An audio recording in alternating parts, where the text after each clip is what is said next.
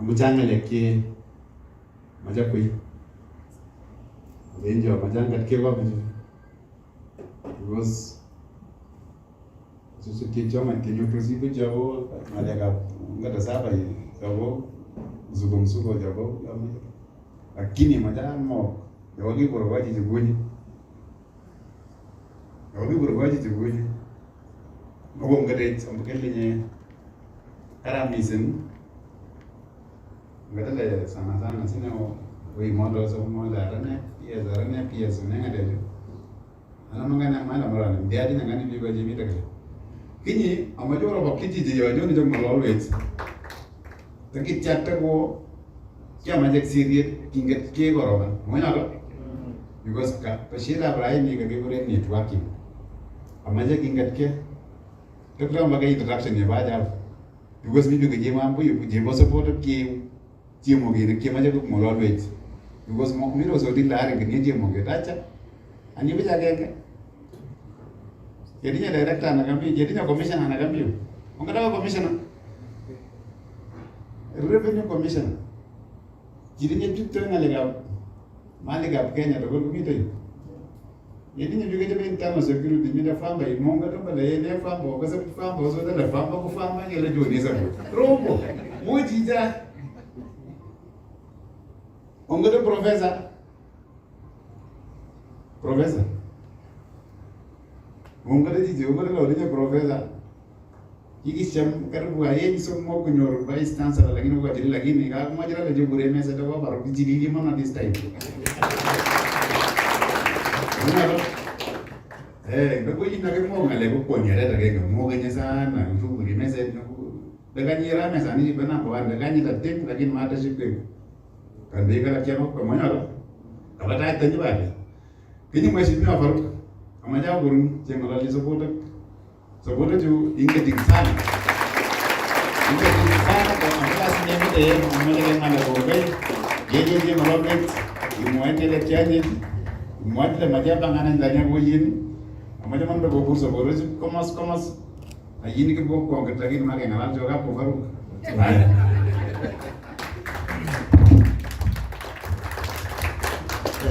con pies evaporate wabuga champion kama kitio nataka kusunguzia maneno matatu alafu niwawachie muendelee na mkutano. Number 1 amechosoma biga kokugo bomalali ngale chebara njuju bometesileshik because all the way from Uganda way to Nairobi it is very important Kemalale biga kokugo.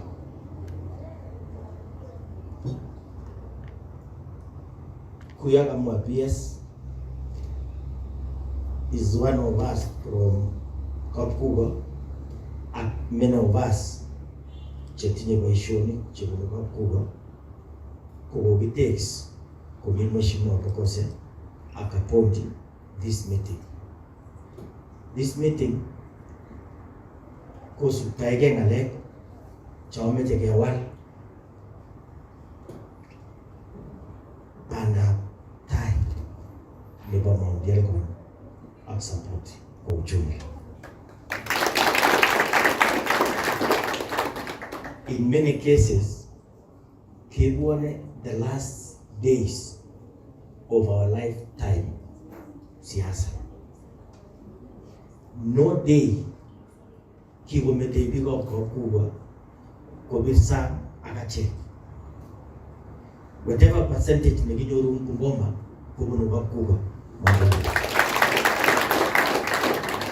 Whatever percentage Negidoru in Transoya, Kubunuba Kuba in percentage.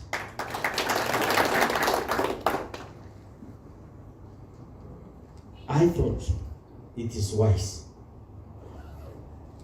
Kimete Malalet and we built that Mlima called Mount Elgon.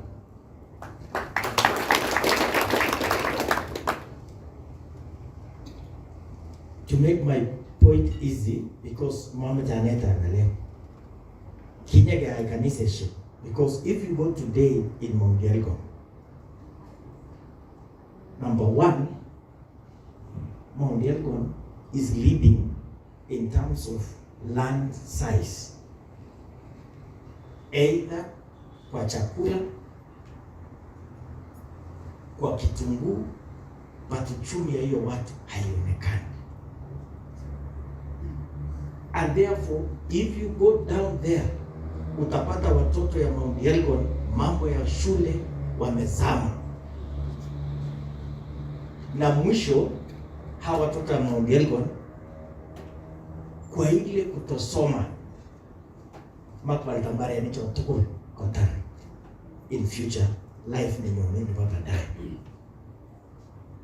So I've decided to do the following. Number one, kikite kanisa, that is not enough. Asom hari aleji, it is important kengolon chini apigo kakuga che professionals. Che at least wametoka kwa ile mambo ya elimu, sasa wameona wanangaza. And I want to plead with you, tafadhali, we have to go back to Mount Elgon and do what it takes to change the narrative at our people. The only thing you do now, you only produce a member of parliament. That's the only thing. From there, mamisugulishe kebamana. There is Kapsabet boys, girls, Moi girls. There is Moi girls in Kaptama ambaye haionekani kwa ramani ya Kenya. Yet there are people ambaye tunaita Kakuga. There was initially ya Kalenjin come from Kakuga. It is so sad that the school haionekani yet tuko na watoto. I have organized, nimetafuta wageni kuona ya kwamba tarehe 13 mwezi wa 4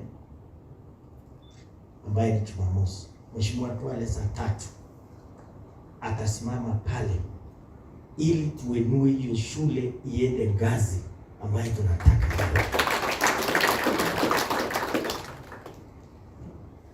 Mimi niliona sababu nyingi sana. Nikaona I must start from here.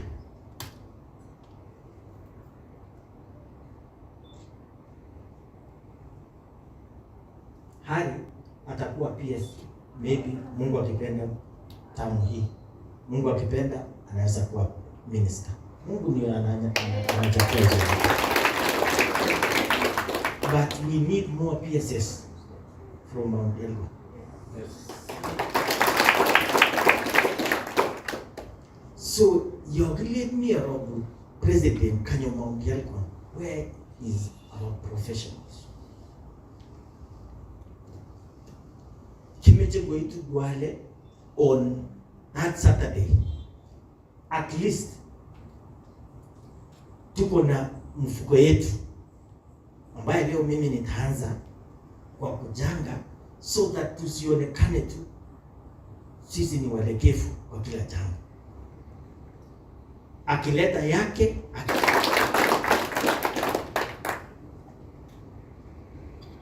I'm sure najua watu wengi sana wamehama pale Mount Elgon. Sasa wamekuja Eldoret, wengine wanaenda Kitale, which is good. Sasa hapo Mount Elgon inabaki tu inakuwa the last minute movement. Pamoja somo. I don't want to go into details. This Mount Elgon lazima tusababishe ijulikane. Lazima.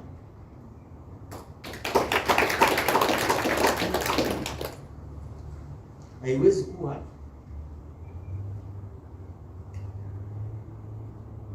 tuko na watu ikifika siku ya kwenda kusaidia watoto, because the narrative ile mimi nataka to create, we must at least get good 4 schools into Luwe ambaye itasolve watoto wetu from down to the hill mpaka hapo chini ikielekea kwa huyu MCA.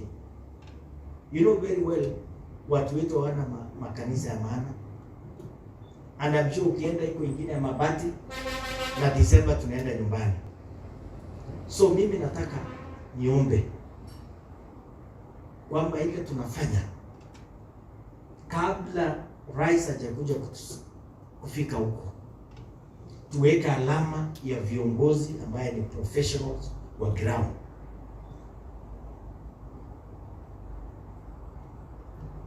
Ili ieleweke kwamba ukienda Kapsabet iko shule inaitwa Kapsabet Boys, na ukienda Kaptama iko Moi Girls Kaptama ambaye inajulikana.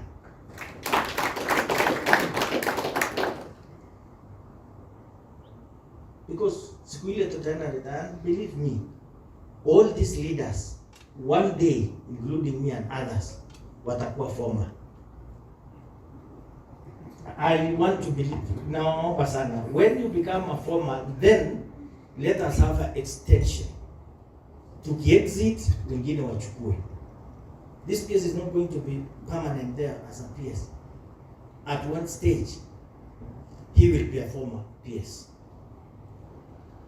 When you turn back, you need another somebody from Tulwe, ambaye sisi wenyewe tuchukue uongozi ya kuwasomesha.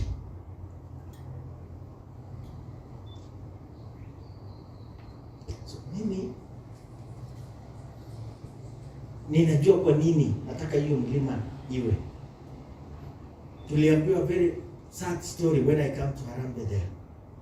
Ati watoto pale hawaendi shule mlimani. Tulikuwa na speaker, tulikuwa na PS wetu. Road Networks president anajaribu. Wale watu wana produce maji. Kapondi amekuwa akizungumzia ni nyinyi. I want you PS, you lead Kevin Tulwe, correct paper, so you will be we will share. You will share with neighbors. You will do good things with neighbors. Lakini nataka kuwaomba, haiwezekani sisi tunaenda kuoka nje, watu wengine wanaoka kwa ndani ya nyumba, just because sisi bado tunatumia ndoo kwenda maji.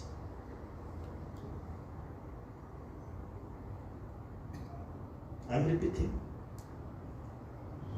Let history and people who are part of this. Don't see one person.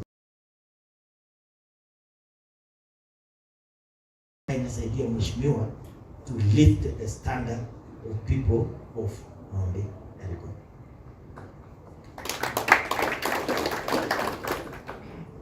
I planned with Kapondi, tukaweka tarehe. Mimi nitawatafutia wageni, mimi nitakuwa pale kwa time, but siwezi kutafuta watu ambao kusunguzia. This is the first target. The second target ni watu wetu nyumbani. So one thing that we must fight, and you must fight mpaka Yesu afike. Watu wetu wa stop maneno ya pombe, tuwapatie alternative ya masomo, tuwapatie watu wetu alternative ya hii chakula mingi natoka pale. Tuchukue advantage kwamba serikali inajenga industrial area, tuweke Mount Elgon, so that whatever people come, wanunue hiyo chakula kwa bei ya juu. Kama professionals hawawezi kukaa, hakuna mtu ata drive. Me, I was born in a family watu wanakunywa pombe. Lakini kama mimi ningeendelea kuwa afifu nyumbani, mimi ningekuwa mlevi namba 1 huko nyumbani. But I decided kuacha na kuona vile ya kusaidia wale watu nyumbani. If you come today in my area and PS and mheshimiwa na wale wamekuja mahali natoka, that place it looks like Nairobi when it's a small place, because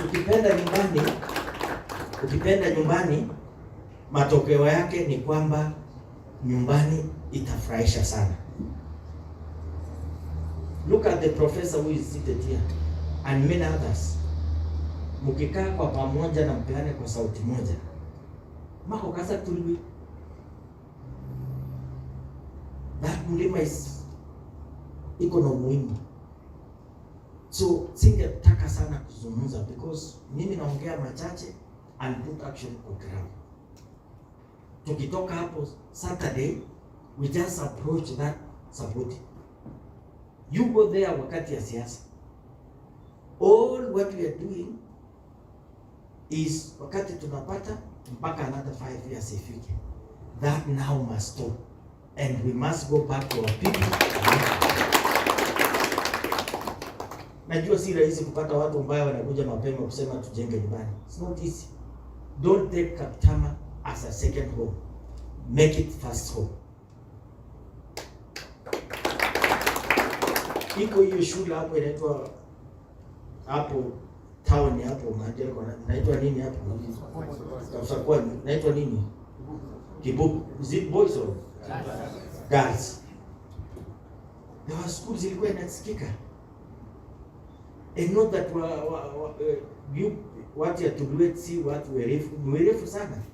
But wakikosa facility, shule zitafifia.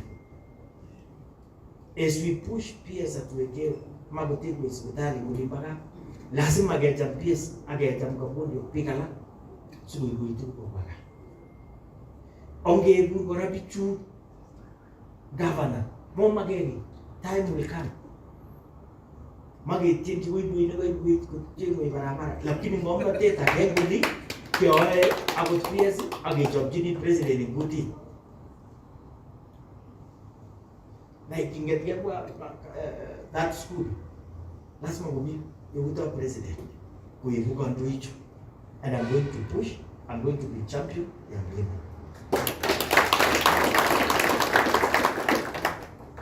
Somebody saying that nyinyi ni wafiu. How the people who met us when we were down, when you come for crowd, was Mount Elgon. I am there and mimi ni mshahidi, niliona when they came out, watu wakasema William Ruto amechukua utawala. Na ni kweli, we came for the last meeting pale Mount Elgon. You were there.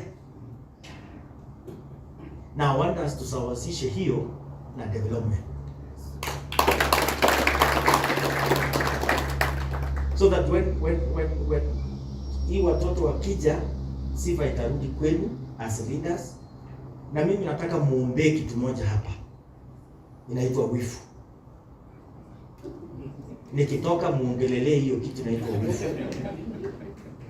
That one of your son is there today. Yes, si malaika. Na pia yeye anafuata sheria. Usacha kocha. Something good will come out from these leaders.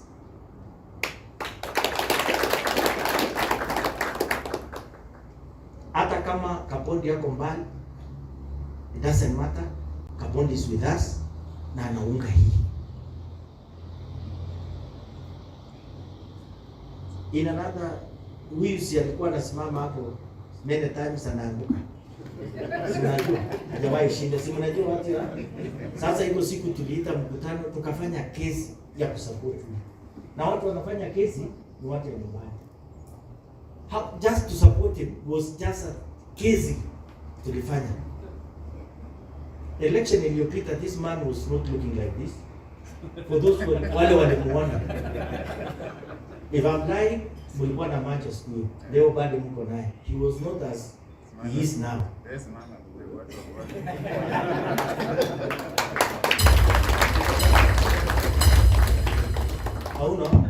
So my plea is that I'm going to support these professionals as leading an example by now giving this, whether you have committee or not, you have to form. Ili tukiitwa upon na Duale, let us not be visitors at home. And let us try to learn nyumbani. On Friday peke yake naomba. Saturday mage aitumo yesi logogi hata Duala atakuwa na report. Kama kulikuwa na Deputy General kutoka Mlimani atapandishwa cheo hata afike 100.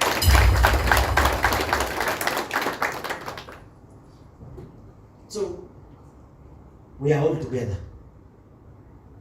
We are all together. And tukimaliza hii tuangalie tunaenda kona gani. Tunaenda kona gani?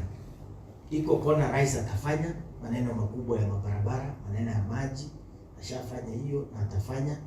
Hii kidogo kidogo tukisaidiana, we will also reach somewhere. And I'm sure, let us approach. Tukileta mtu mmoja tunasema ni ambassador, tuko na sauti. Lakini kama wewe uko hapa na nia yako saa hii, nia kubwa uko hapa ni kuteka yale viongozi watafanya, alafu unaweka mtandao, mimi nakwambia take Mount Elgon as a first priority. Watu tukotiweke kutinye maana kuliko ile mazungumzo kidogo kidogo ya wifu.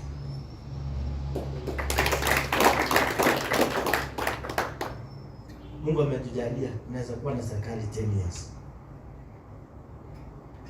After 10 years ikienda mahali nyingine utalaumu nani? Ngoma wakichobe beja moyo, wakichobe barabara. And I will be calling Harry Akita Status. The first thing I'll tell him, maneno moja.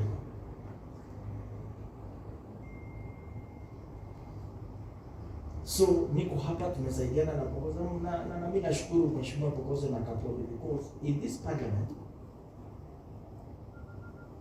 wako na loyalty ambayo inasaidia rais. Mimi ningetaka sasa bila amempatia mao hospitali cha job kwa watu wetu kwa sababu ya wabano wale ngore ngomumuji bebo Mungu asoko karara ni matai kiroge ile uliwacha mark chairman ya health pia uliwacha mark ya kusaidia watu huko nyumbani. Sisi ni wagonjwa lakini hatuombi ugonjwa. Lakini yaka hika agitinyo hospitali na kagirite itatusaidia. So the last thing I'm appealing to you is let us stay together, united and focused.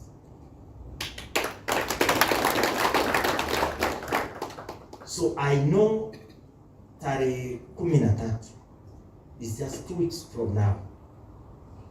So I will give peers, I don't know who is the second, but you have to follow so that ikisemekana professionals vile umesema Masud, isisemekane tu unafanya care. Hiyo vitu mimi sikubali. That you have a name but your village iko chini. Sikubali. Yes. And in my statement I don't agree.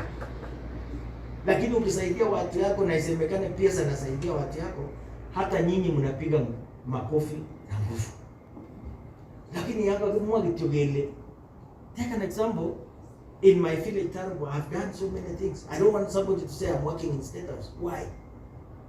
You know, that's personal thing. Sio hiyo mimi na nyumba yangu.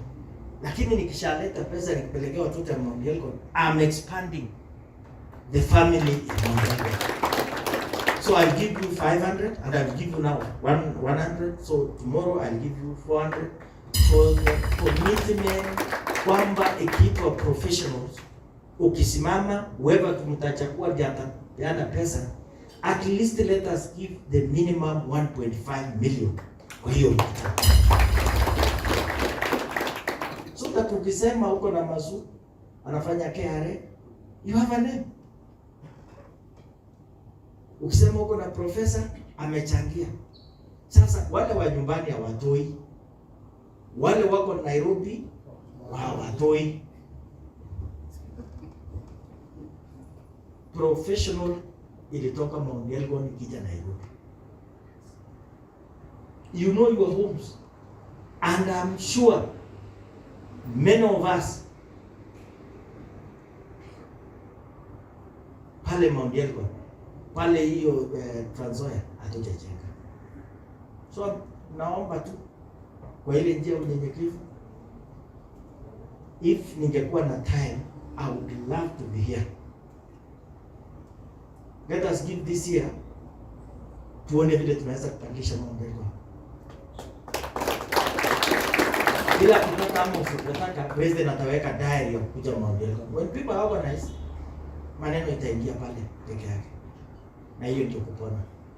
As I said the other time, hata tukikosa the county, let us try to whether we can have 2 constituencies in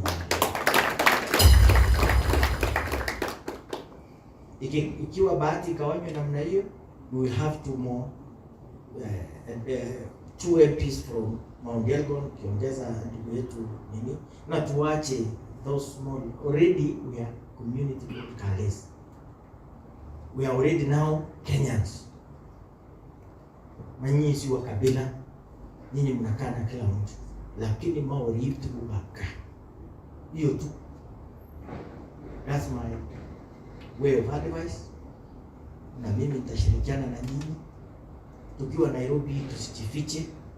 Let's call more of these meetings. Yeah.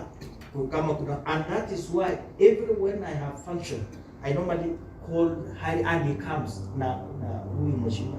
Because and many of you guys ambao mmekuja huko nyumbani, mnakuja. Because I value you. Sometimes tunajidharau hapa Nairobi mpaka tunakuwa na baridi. Masomo ya mingi ga ongea pamoja. Sauti zetu zitasikika, nguvu zetu zitasikika, na bidii yetu itasikika.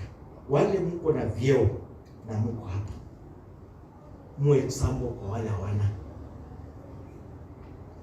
Because when I say mimi niko naye na mimi nimewacha mkutano ambayo ilikuwa inaendelea, na nikaomba ruhusa nije mkutano ya maana.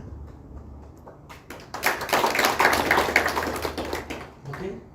And maybe kuna mtu kutoka community hii anaona hii kazi mko haina maana. Kweli. And then sisi wengine tunaweka tu rubber stamp. So mimi ningependa tushirikiane hivyo to make sure hata kama Kapondi anatusaidia CDF, anatusaidia nini, CDF haitoshi peke yake. Hata tukifanya nini haitoshi. So therefore that school na principal na committee hiyo shule and hali hiyo iko square you knew that school tutakuja kuchanga, na niko na uhakika we will raise good money when you take the lead. Hii nyinyi mkiongoza na watu wa nyumbani wafuate, watakuwa na nguvu sana. Asante na Mungu awabariki. A better hand clap, a better hand clap, a better hand clap, a better hand clap.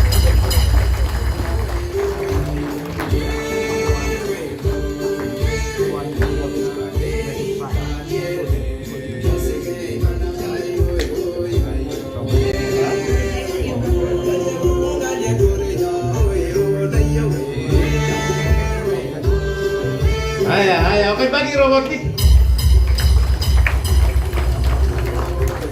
Sasa amanda som because mata katage tuye lage oke jibur man.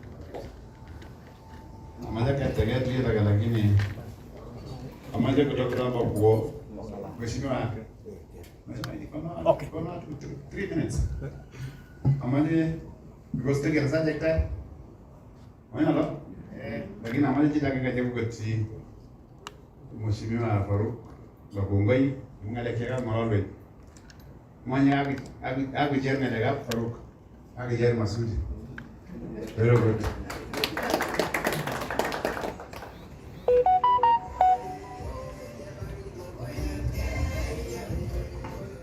Okay, our chief guest Faruk Kibet, our leaders led by Honorable Bukose, and our senior professional, Mr.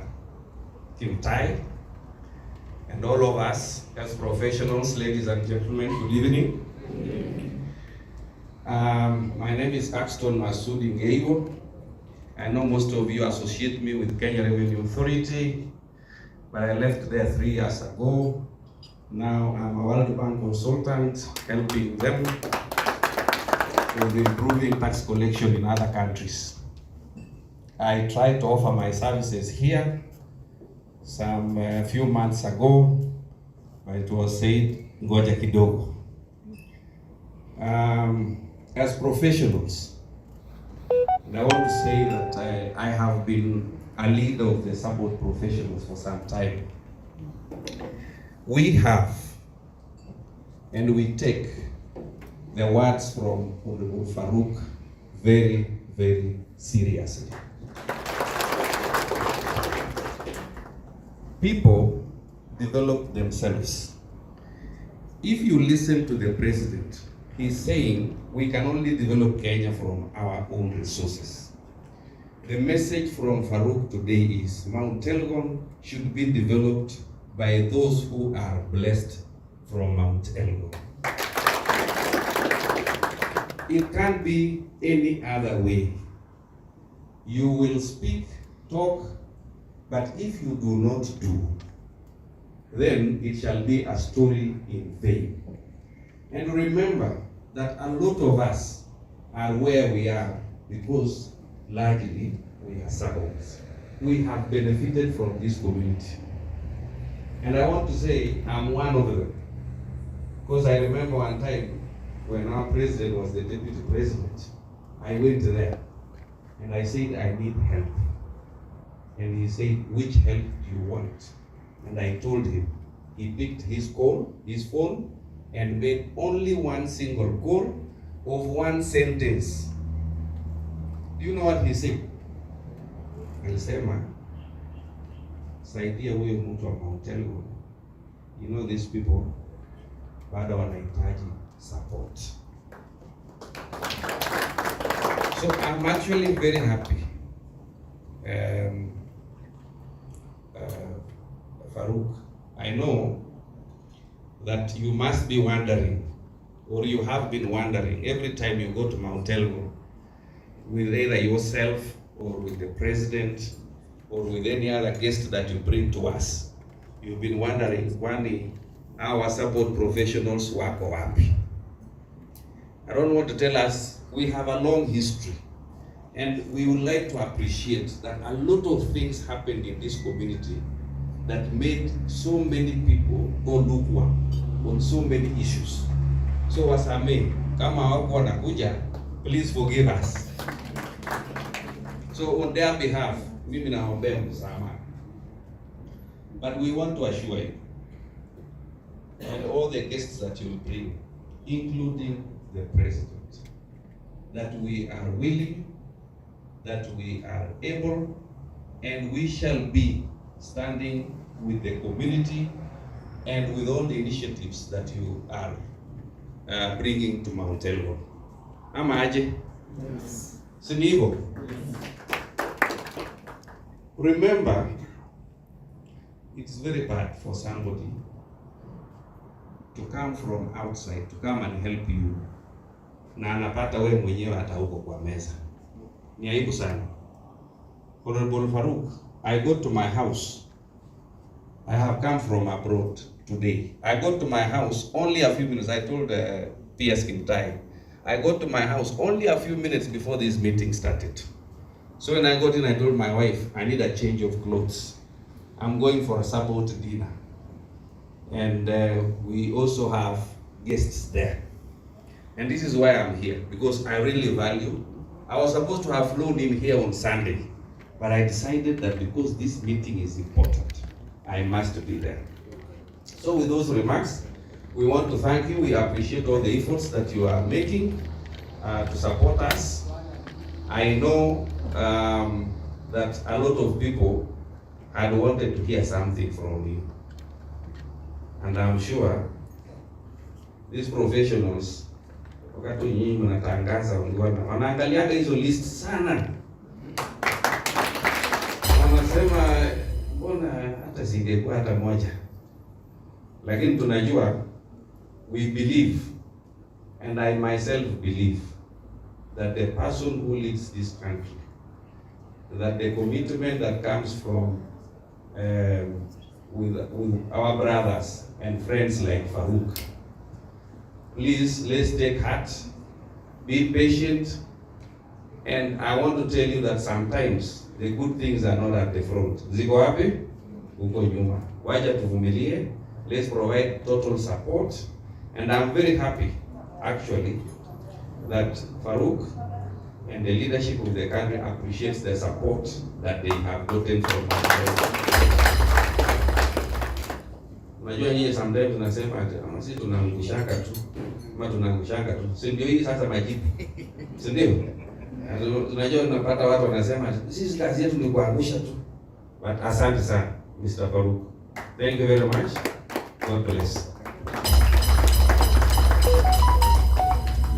Farouk. Najua sasa tunasema tumeongea, lakini kuna mmoja la kusema peleke salamu za rais na kusema shukrani. Ndugu yangu kutoka Kitale, ndio kusema tu asante kwa wazee wamtuma pia. Nilisikia Farouk anakuja anasema tu salamu ya president. Shukrani. Asante sana PS na waheshimiwa wetu. Kwa niaba ya professionals, mimi ni chairman kutoka Trans Nzoia Sabaot Professionals, na tunakuambia asante. Tumesikia maneno yako vizuri kabisa. Peleka salamu kwa president, tutajipanga vile ambavyo umetueleza, na sisi kama professionals najua mambo mengi yamesemwa. Kuna mambo fitina kidogo kidogo, maneno ya hapa na pale, but sisi tunakuomba ya kwamba kwa sababu ya ndugu yetu ambaye ametuita, yeye akiwa professional mkuu, sisi tutafuata hiyo, na utatuona kule Mount Elgon, utatuona Trans Nzoia, utatuona Endebess. Kwa hivyo peleka salamu, na iwapo tutatoa kitu yoyote ambaye tunasema kwa serikali ya professionals, itatoka kwa PS, sio kwa mtu mwingine. Asante kwa kutupatia kama point person, na tutafanya vile umesema. Peleka salamu zetu. Asante.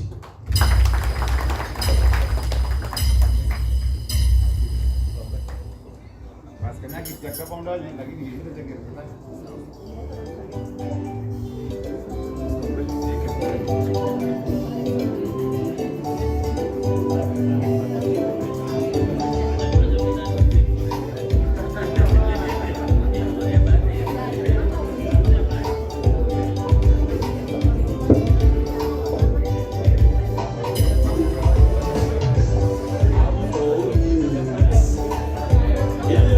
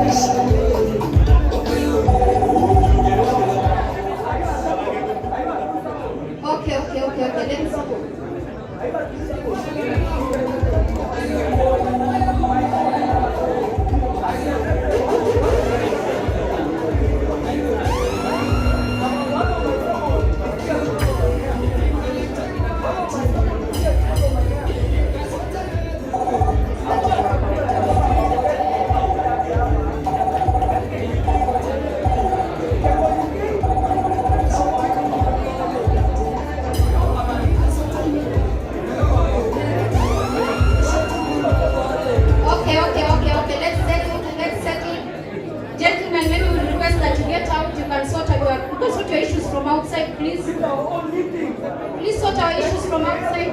Masudi, help us. Help us, Masudi. We should have our own text.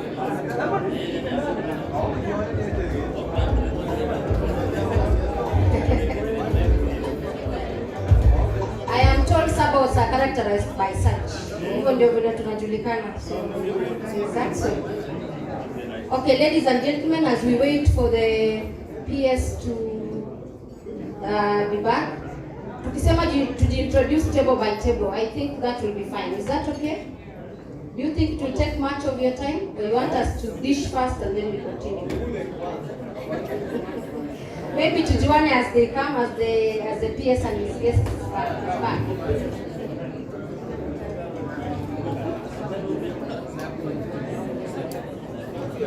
Karibuni, welcome back. Yes. So we can proceed. PS, thank you so much for bringing that guest, and we've heard loud and clear.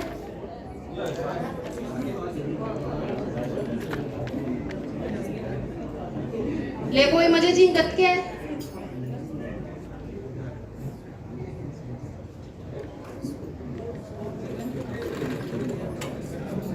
Someone on table number 9. I'll start with table number 9. Faruka told us to leave our phones. I've called 9-10 times. All right. I'll start with table number 2. Please introduce yourself. Don't say anything. Just tell us your name and where you work. Where you work. Is that so? Don't say anything. Hiyo ingine tutasema baadaye so that we finish. Ukitaka kutuambia uko, unaweza tuambia uko yako. My name is James Clemo Tiriongo. I don't need him. We are looking for it. But kikazi nafanya kazi na WWF International, the regional office for Africa. Yamunet Dakorit Amos Chemabus, Ajoni Jiptis, Mita Nakuru, licensed code processor Makoge. Good evening. Alan Cress-Burman from Kaptama. I'm a director at Kenya Accreditation Services. Asante.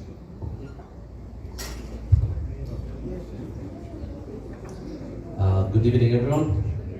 Abraham Tiboki. I work for an organization called Children of Hope, and Ajonani Kopsiro.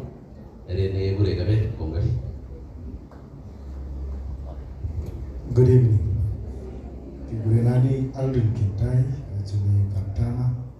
I work with the State Department for Housing and Urban Development. Thank you.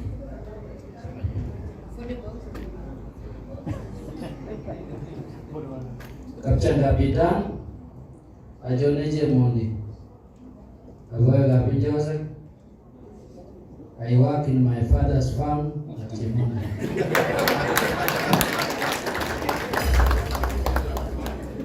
Good evening, everybody. My name is Panafric. I work at Keynote Research and Development Institute.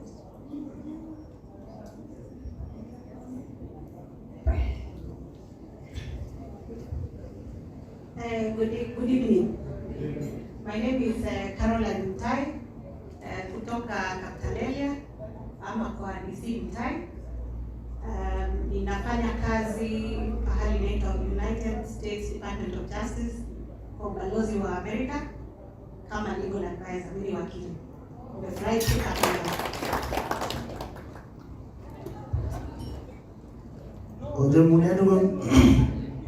Leo tuongee support na anayukale kwa mwezi kemei. Hata shughuli zitanga kabisa. Kwanza hapo tuanganywani. Right? I'm a politician. Ya tatu, I'm a consultant in the industry.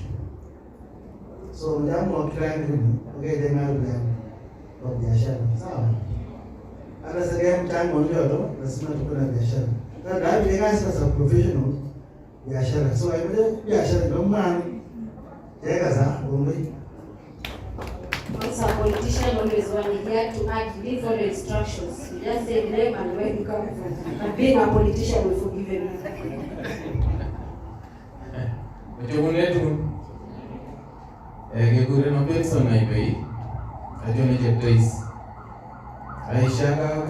Food Authority.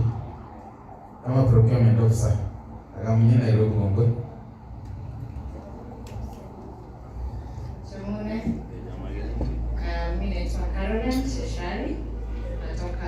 I work at Keynote in HR consultancy.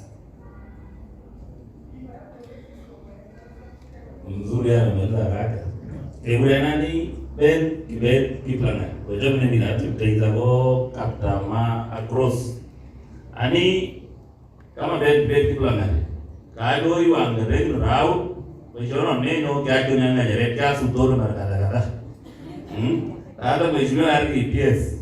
Man, you get the pain of losing elections. First of all, you lose resources. And you're cheating. You ain't money. But it's understandable. That I officer governor.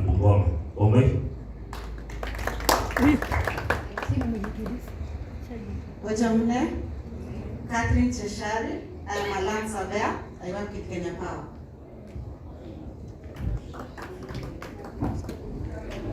Good evening, Cynthia Chomonkis from Namorio.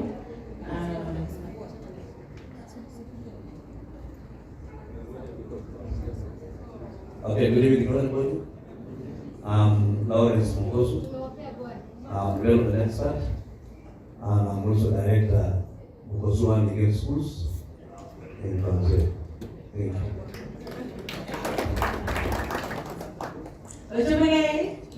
Kegure na jani chebutai atone chemome. Amite Eldoret agribusiness. Naitwa Joan Dito.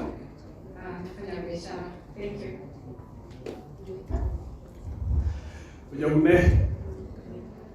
Jamune sabaki.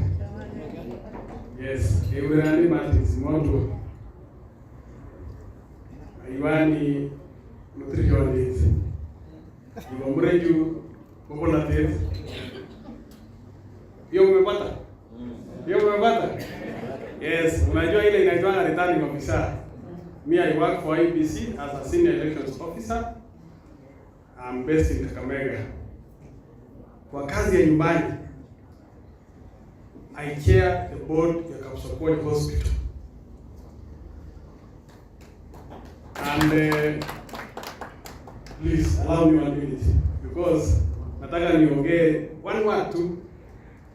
Cheptais, Kopsiro, Kapsokoni, Saboti, and the base. All those hospitals zetu ziko na changamoto. Pia sasa we need to mobilize resources. Ukipata mahali kuna kitanda mzuri ya hospitali, take it to Cheptais, take it to Kopsiro. We have a big challenge. So we need resources. As we fundraise for schools, we also need what? To think about the hospitals. And I want to say this. Siku moja utakuwa Kapsokoni na bahati mbaya uwe na diabetic. Utajipata huko chini. Nairobi Hospital will not help you. Kapsokoni ndio itafanya nini? Itakusaidia. Ama ile yenye iko Koboiwo, ama ile iko Saboti. So I want to finish with that. Thank you very much. Thank you. Watu wameanza kusikia njaa, so tafadhali tujuane, tuseme jina. Hizi vitu zingine, that is why we gave you time to network. That was what you needed to be telling everyone. For now, strictly name and where you are. You're done? We are done, yeah? Thank you.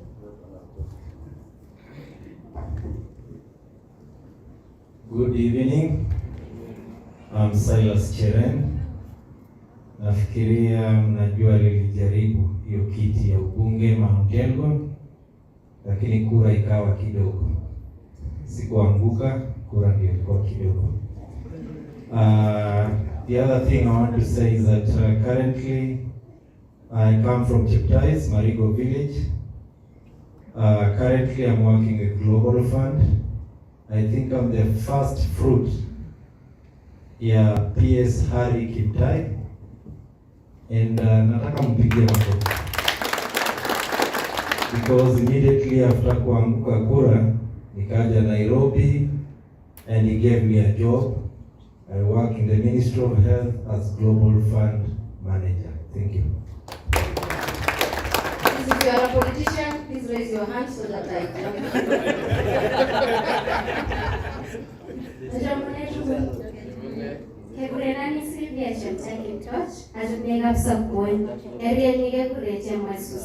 I'm a procurement by profession, but currently a business lady. Thank you.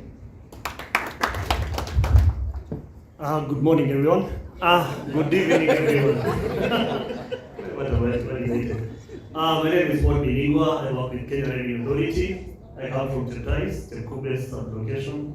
I'm here with my wife, who also comes from Montego. I hope she'll mention that she's my wife.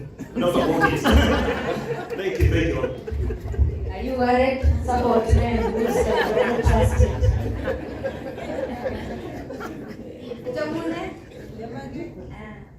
Naitwa Sharon Gomez. I'm a CPA, but currently I'm a business lady and I'm an intern at the Ministry of Social Protection. Thank you. Good evening, everyone. Good evening. I'm Naitwa Malede Talam. I'm from Namolio. I am a pharmacist by profession, currently in my job search phase.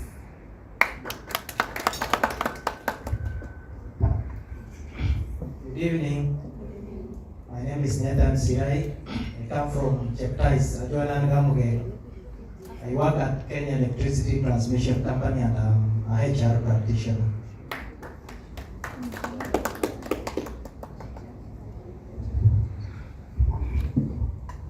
Good evening, everyone. My name is Stephen Kiwi. My roots are from Mount Elgon, but I stay in Nandi County. I work, I'm an accountant professionally, but I work with media services. Thank you. Ojumuneli ya kweli. Wewe nani tompe moyo tiliongo kagu chimoki katama boy amiet mwenda na saruya abu laishi rogo lusaka payment task force and finance director by also director ni bolia na group of hospitals in Ethiopia community. Habari zenu? Ochamune? I'm the wife. My name is Brenda Kipnusu from Chongeiwa. Currently, I'm based in Eldoret. I'm a nutritionist by profession, designer by passion, and I'm so glad to be here today to interact with Sabaot community. It had been my urge one day to meet you guys and even support the community work. I'm a CEO at Panafric Collection. When you come to Eldoret, kindly visit Panafric Collection. We deal with African outfits, we do event planning and management, and let us make you glow. Support your fellow Sabaot and let's support each other. Thank you so much.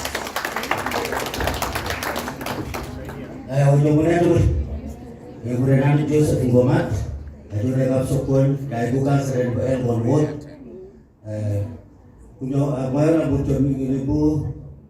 apologies to David Kimkung, or give what you have got Good evening.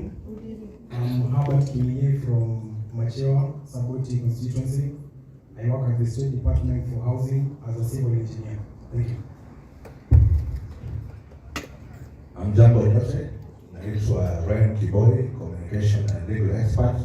Na mwanasiasa pia kule Kwanza na tunazidi kuomba ubunge 2027 Kwanza. Shukran. Good evening, everyone. My name is Beris Keino. I'm a procurement by profession. I work in State of Sarova.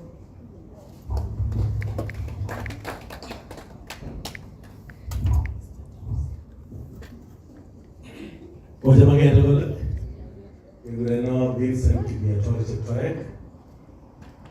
I could be Director, Security and Safety Services, Nairobi County. And as to look and that's slide 0 number 6. To drive the agenda of unity, development, and recognition of forgotten people of Mount Elgon. Let's hold hands. Can I get one wrong lady? I can buy lady. Support K1. Thank you. Let's hold hands. Wrong lady. I cannot leave this. Let's hold hands like this. Can you support again? Wrong. Let's hold hands like this. Support K1.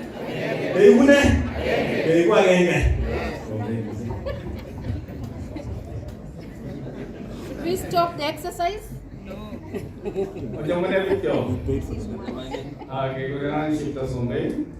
Like in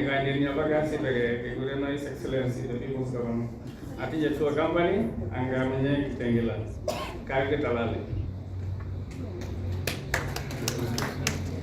Good evening, everyone. I'm Sylvia Charobuliwa from Chotais Kapenguria, and I'm a data analyst by profession, currently working for Commodities International and the Orphan Solution, and I'm also doing business. Thank you. Good evening. I'm Susan Gaina from Chotais. Good evening. I'm called Rose Kemosoet. Mimi nilikuwa nimesimama na I'm the first lady to stand Mount Elgon parliamentary seat. Na nataka niwaambie ya kwamba I have worked SOS for 14 years. I have my own company ambaye I'm assisting orphans, widows. Na naomba Ali akiwa hapa kama PS. I am the first lady from Mount Elgon who studied at Grade. And even I'm the first lady who stand for parliamentary seat. You need to check about it. Good evening. Yes, my name is Angela Aron. I come from Mos in this constituency. Currently, I'm still a nutritionist, but still a service assistant.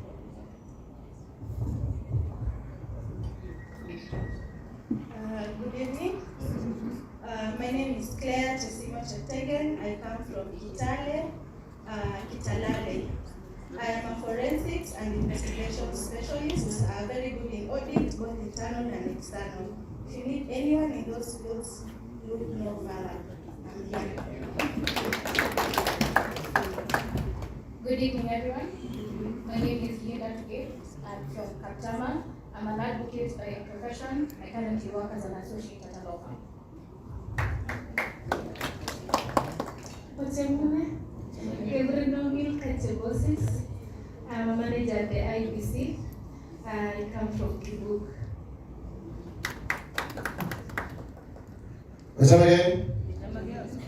Naitwa Duncan Kitarus Kibet.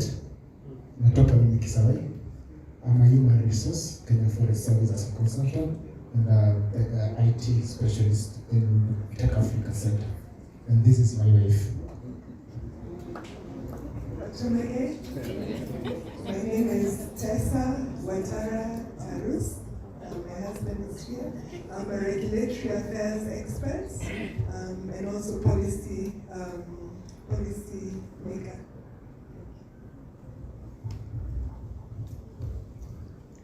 Please know that your introductions stand between you and the dinner. So the faster, the better. Good evening, everyone. My name is Emmanuel Ndiema. I work as a senior research scientist at the National Museums of Kenya. I come from Kitalala. Mheshimiwa Rais, my neighbor. Good evening. My name is Ibrahim Somken. I work with the Bungoma County government as a logistician. I come from Kapsokwan Memorial Structure View. Good evening. My name is Janet Chebet. I come from Sabaot, Sukwo, but I stay in Kapsokwan. I'm the personal assistant to the Deputy Governor, Bungoma County.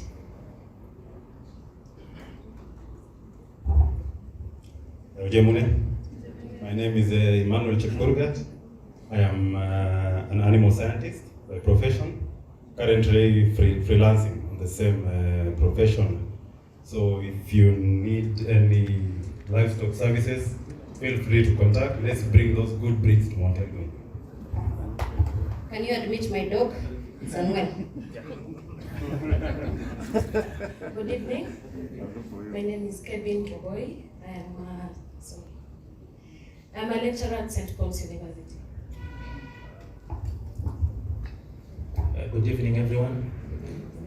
Kevin is my lecturer, so I just wanted to tell you that. But my name is Daniel Sirmoy Kipkorir. I joined Gopsiro. My clan is called Kamjitok. I've been a media practitioner for a long time, Mount Elgon, but currently I work at the National Assembly, Parliament of Kenya, as a media relation officer. I'm also into business. I have biashara, some controversial business. Naitwa Airbnb. So ukitaka nyumba Nairobi ya stranded, usisumbue watu wa nyumbani, just talk to me, nakutafutia mahali pa kulala. Asante.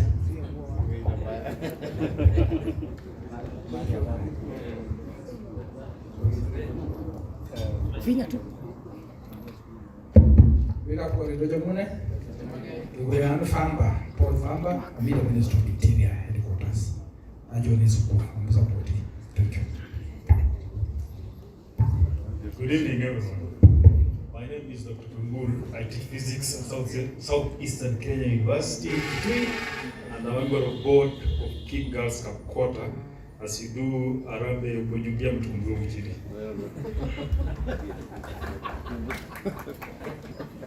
Good evening, ladies and gentlemen. My name is Nashilu Brenda Kabindio. I'm a communications practitioner, currently attached in the State Department for Higher Education and Research.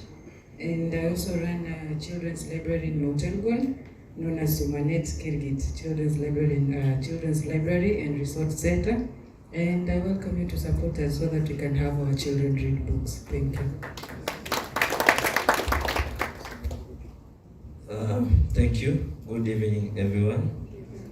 My name is Nick Chenge. Currently, I work in KEMSA as a supply chain management practitioner in charge of internal procurement. Thank you. You said KEMSA? Yes. The KEMSA will? The famous KEMSA. Procurement. Good evening once again. My name is Moses Ngania. I come from Kinyoro, but I live in Kitale. I work for a Christian international NGO as a country director called Water Mission. I'm also a pastor in church in Kitale. Thank you. Ojamagani pick up college. Kegurena Philip Kitio, Ajone Kokwo and the best. Na mimi nafanya Trans Nzoia County kama HR director. Kongoi misi.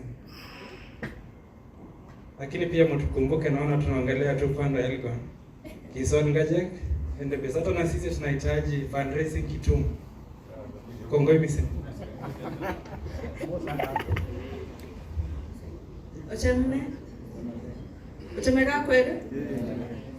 My name is Noel Chebotioi Chemtai. Very proud Sabaot girl. I'm an educator. I'm a teacher.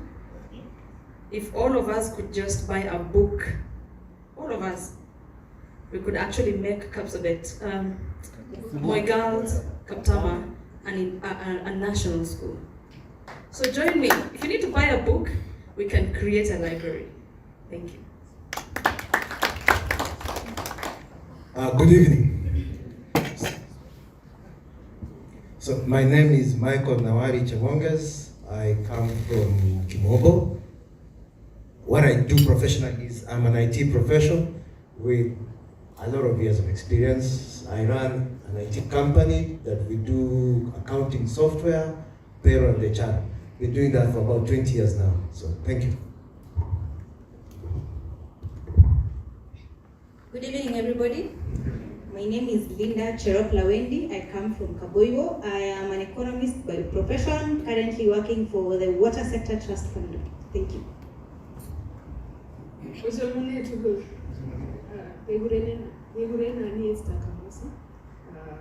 I work for African Rights Organization as well in the base captain. Good evening. My name is Master Chirontis, Director, Kenya Red Cross Federation.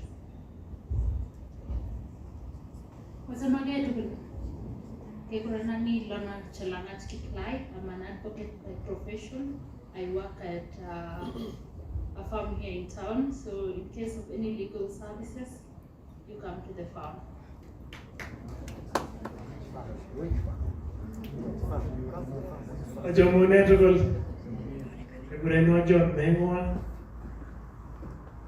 Thank you.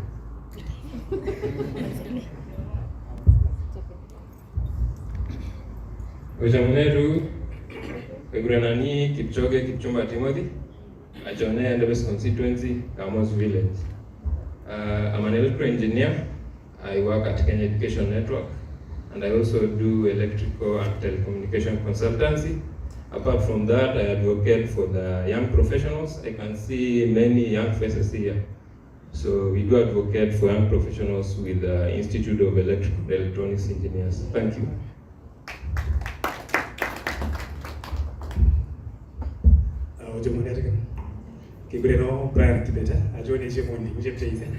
I'm a software engineer. I run a company like my brother. My company is called Millennium East Africa Solutions. We deal with software, and let's encourage people into business. Thank you very much.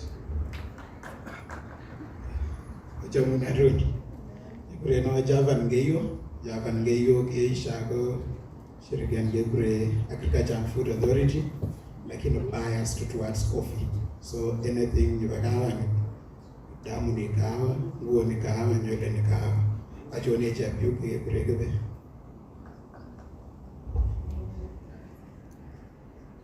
Ojamune tu. Ojamune. Ojamege. Kegurenani Eunice Jepchumba. Kurena biganage mheshimiwa. Kinyimano kuran. I'm a sociologist, a human rights defender, and women advocate. I work for Maendeleo Wanawake as the chairperson Maendeleo Wanawake Mount Elgon constituency, as well as the executive director Elgon Center for Empowerment Network. Kongwe.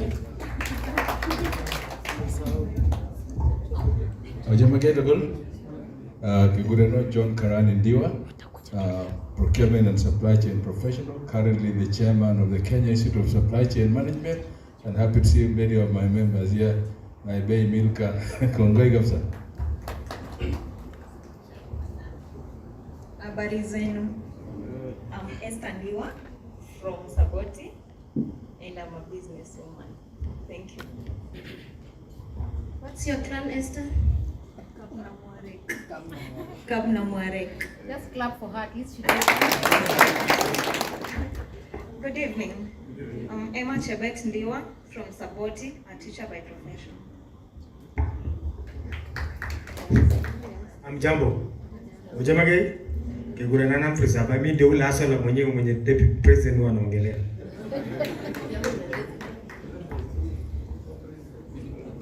Good evening, everybody. My names are Henry Kiblamai Chirongis, retired colonel. I'm not diet, but I'm just doing my own work. No diet. Good evening, all. My name is Elizabeth Chebet Kae. I come from Bukonoi in Cheptais. I stay and work in Kisumu. I work with the judiciary. Thank you. Good evening. I'm Sharon Chebet Ndiwa from Sabaot. I work in Qatar, Doha as a customer service agent. Thank you. Good evening all. Mimi naitwa Eric Chesori.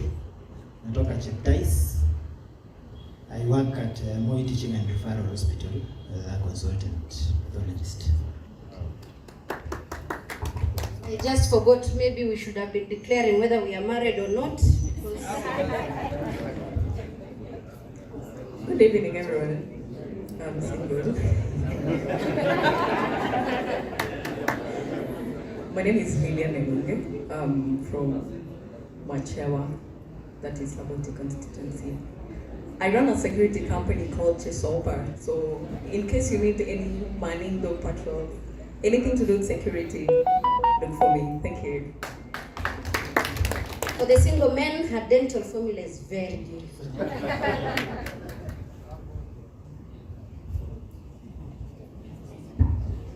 evening. My name is Brian Cherop, Technical Director, Stretch Group.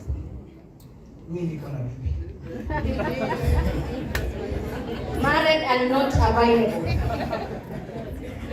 Good evening all. My name is Jafet Ibet from Kapsebon, Kapdama. I'm a dental technologist. I'm working with a certain hospital called Emory Hospital, located in Kauswari. So now, for you people who are around Nairobi, maybe dental services, I'm available. Thank you. Good evening, everyone. My name is Dr. Cherop Catherine. I come from Cheptais, a place called Kipsis, but we live in Kapsitwet in Tanzania. I'm the CEO of Stretch Group Limited. We deal with the importation of glasses. We also do the glass installation we are in the construction industry. Thank you. Okay, good evening everyone. I'm Daniel Cherop. I'm an accountant, Stretch Group Limited. As he said, my elder sister, we come from Cheptais, but currently we are in Tanzania, Kapsitwet. Thank you.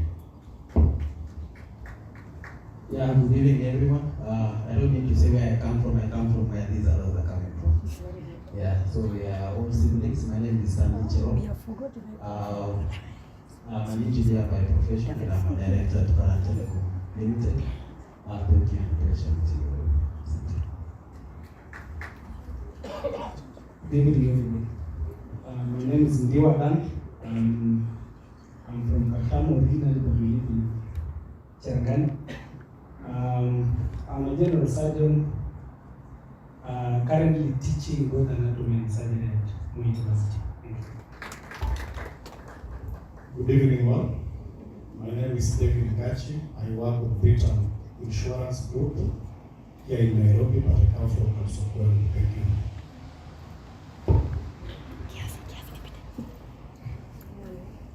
Good evening all. My name is PC Kemei. I come from Kimaswa in Cheptais. I have 3 workplaces, but my profession is operation management. So first I run an insurance agency called Pi Insurance. If all of you give me your cars to insure, we'll be able to employ 10 young Sabaot by end of this year. So I'm looking for those insurance. Second, I am a founder of an organization called Men and FGM Foundation. We are working to advocate for elimination of FGM across the country. And currently we are implementing with UNICEF Kenya and other donors. And lastly, I am a policy developer. Those who are working in county governments, if you need any support to develop relevant policies, please get in touch with me. Asante. Tunasikia wale wamepita through FGM wana qualify kuingia ile 30% ya serikali. Na leo we are disabled. Good evening.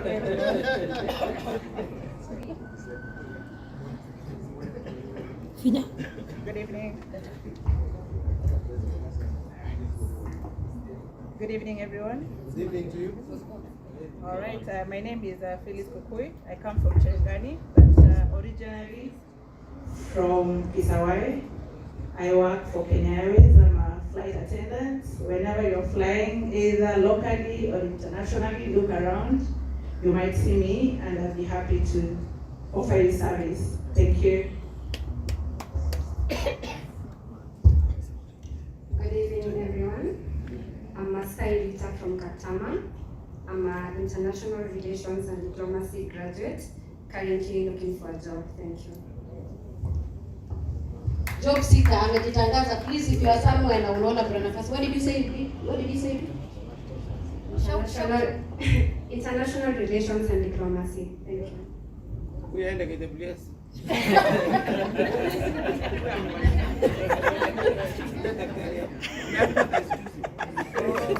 Ojerune, naitwa Rachel Sako, Chebokatana from Kisawai. I'm a consultant, community development and social work. In case you need proposals for community engagement, please reach out. Ujulikane zaidi. This girl is so pretty that Sabaot when feared she got married to her. Also, I sell cows and import them. She got married to her. Kegurena Julius Sabila ajone Katama. I go on a biashara kaka siku aje iye procurement. This after this we can meet and discuss it.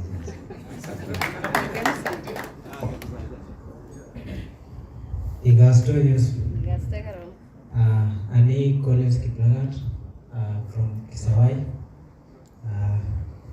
There on the table, I don't need to say, I know my MC is representing me somewhere. The issues about development there, no problem. Meanwhile, I'm a teacher here in Nairobi, Juja Preparatory. Also, I'm navigating somewhere in the sports. So, if you can find advice on sports, I'm available.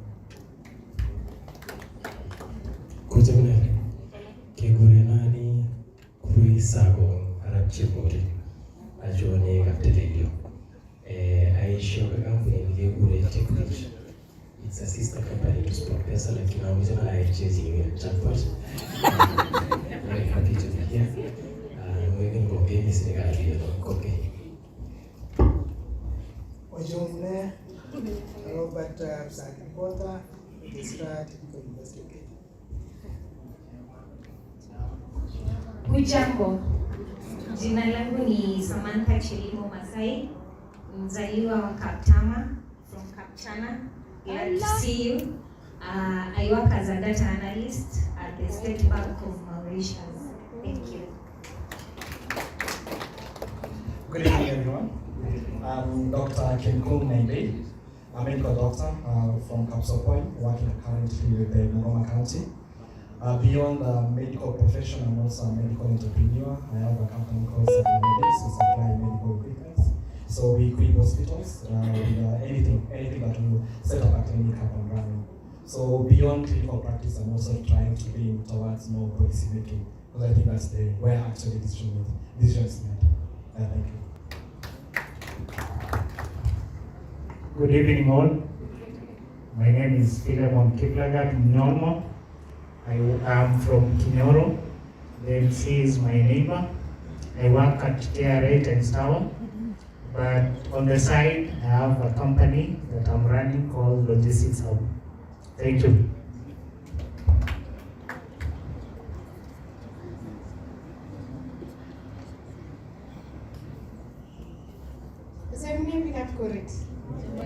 Kigurenani Sharon Kelem Lives, I remember Kapchana. I don't make up Tama. I see judiciary or Supreme Court. By the way, the Katama girls is just a stone throw away from my home, and I'm so proud. Thank you so much. Good evening. My name is Anthony Tomitich.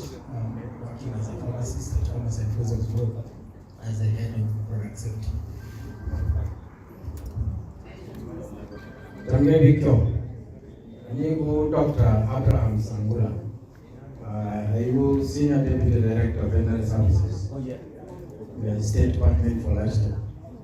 I want to take this opportunity to thank our peers, Harry Kimutai, for the support he has given me in my career development.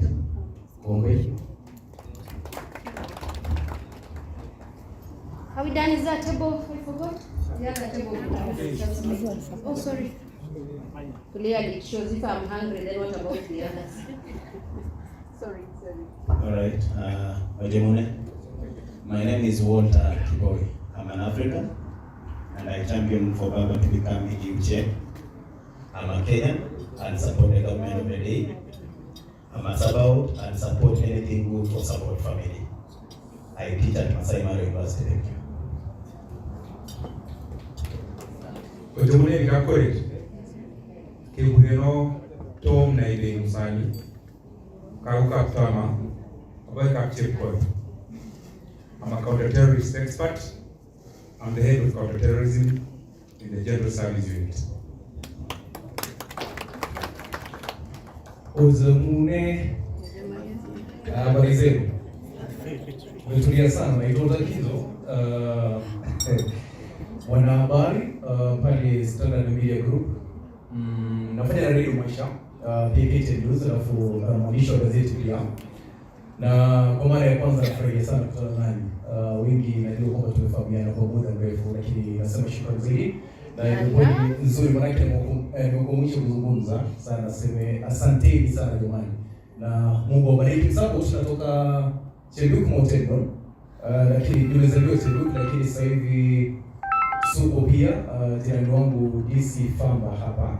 Jirani wangu yule, so nadhani kwa nimeishi kote kule Mountain Opsiro, alafu suko pia, so nasema shukrani zaidi jamani. Sisi familia moja na hali kwa asante mtangazaji.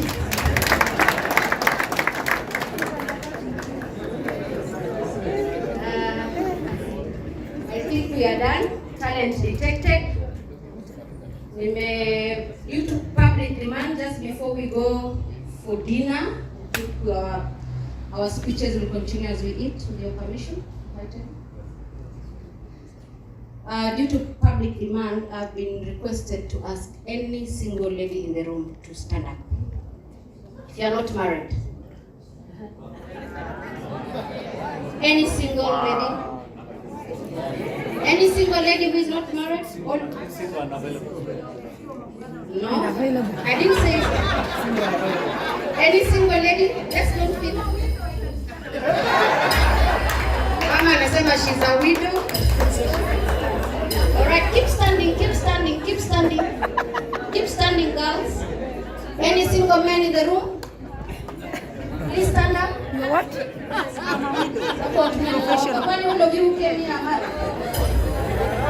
Alright. Tutaendelea kujuana. Thank you so much. Ladies, unfortunately, looks like there are none that are available here, so we can still keep looking. Asanteni sana. I will ask one person to pray for food. A volunteer?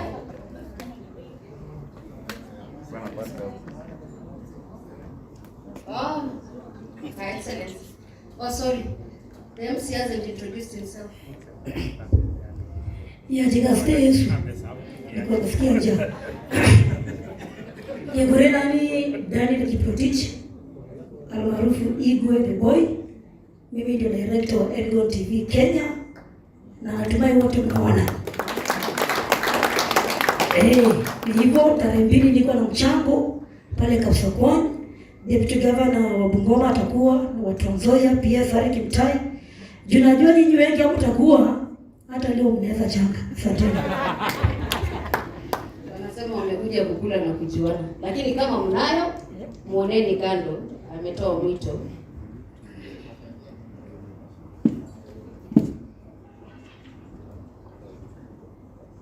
Ujumune tukul. Wigayon na namoga nenyenyu. Igurino Pastor Jennifer Bacheng. Jone Kapsokwan. Igesikio Kaptama. Kimutena Elgon Ward. Aninyaigu Deputy Governor Nibo Bungoma County. Kagas biga baret nyenyu kagas nikang malagap chepkoi. Kagas nikang malagap na mareg. Magagas ke kanu kinget ke nyagaram. Aya hokan kingit cheke sai.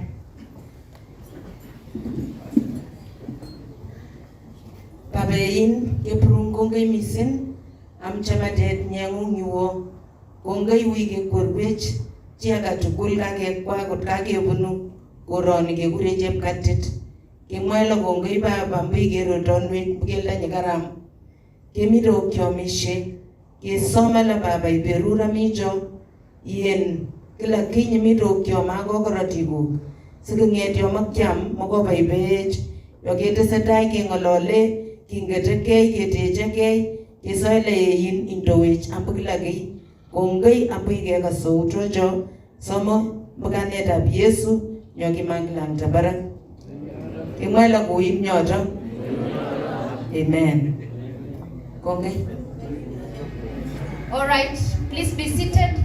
I'll ask table number 1. And you walk to the food place. Alafu DJ, tafuta yuko ya pole pole, chini kwa chini. Tafuta Silas chai kwanza, pole pole tu. Pole pole.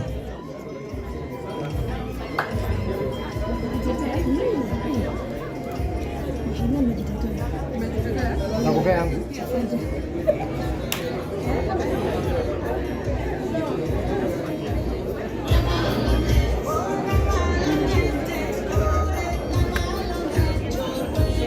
Hiyo ni wimbo ya Cheplish na Ibei, msichana wa nyumbani. So mnaweza ingia YouTube channel yake na subscribe.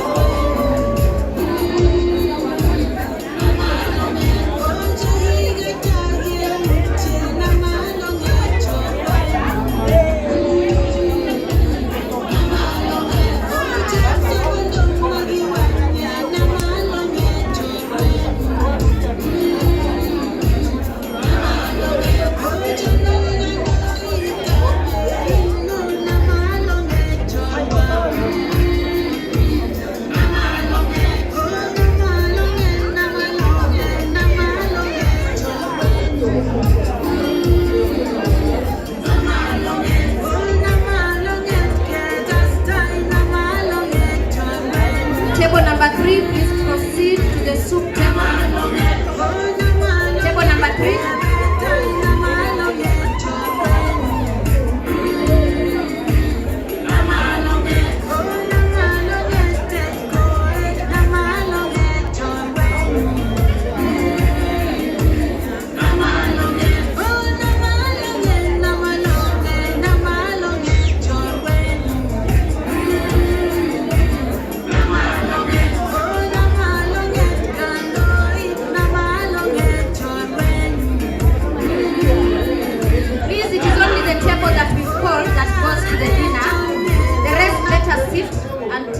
Until your table is called, please. Until your table is called.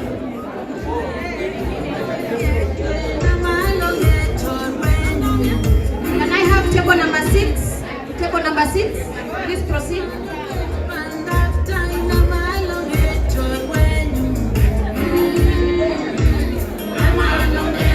Table number 6, please. Let's move.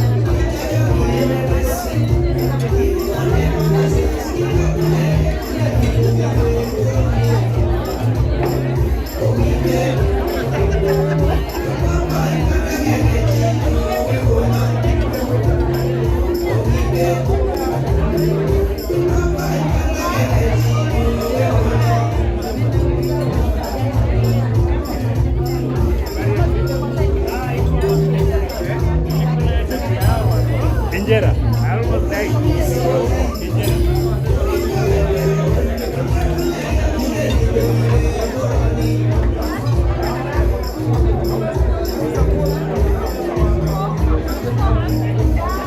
Sasa hapa mambo ni safi, mambo ni shwari tena zaidi So, sijui kwa nini ulikosa.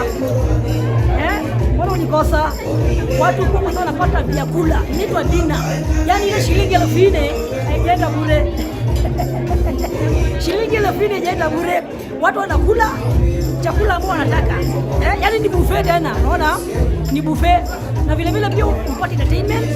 Vile vile pia umeweza kujuana na watu. Na umesikia hapa wametangaza tobo wako single. Wapate wazee. Wacha nenda kwa live.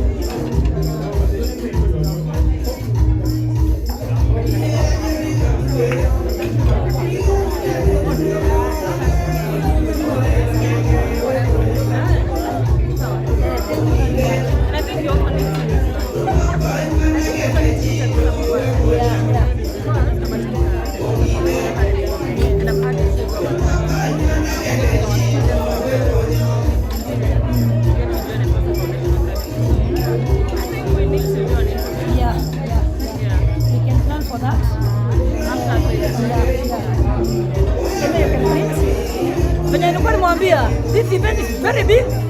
We've got our people from the mountain, all over the mountain, from Sabaot and Mount Elgon constituency, and even from outside. You see this beautiful lady? Lakini we are Komare, so we are Kocheken. Acha uko Komare? She's a mother.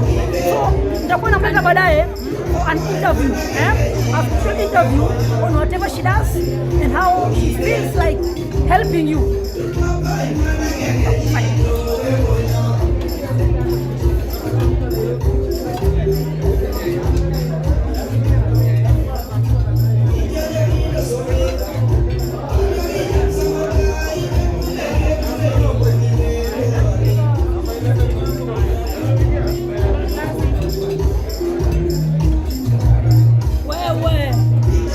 Sasa unaona mheshimiwa Sabila ako mbele kabisa.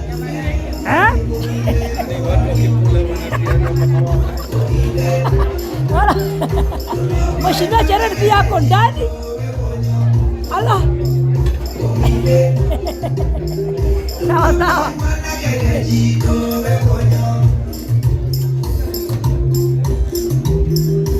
Sasa waje nikujie pia kwa line. Kuja polepole tu. Kuja polepole. Jipange. Naona venye kitu imetengenezwa.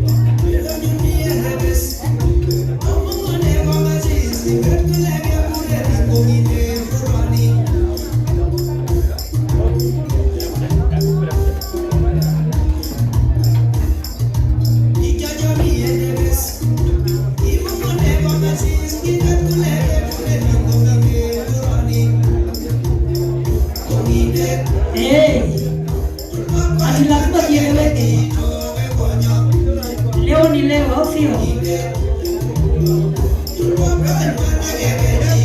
Na uhakikishe unaonekana kwa Kenya. mambo hiyo maridadi tena zaidi. Niite wako MC with the boy.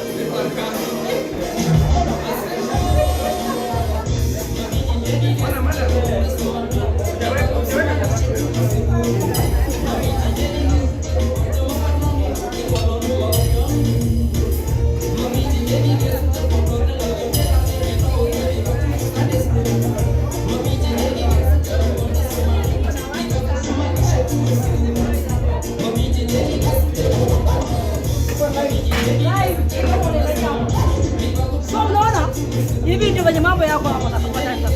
Yaani unakula? Ndio.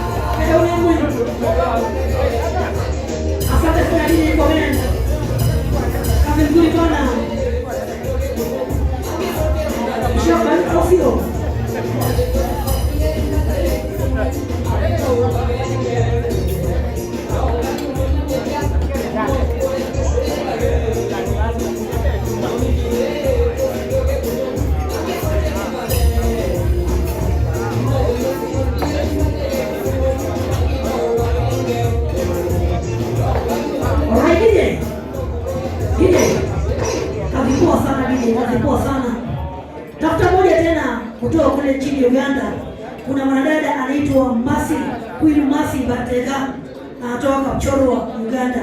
Pia pekee hiyo tuone inaendaje, alafu takuaje.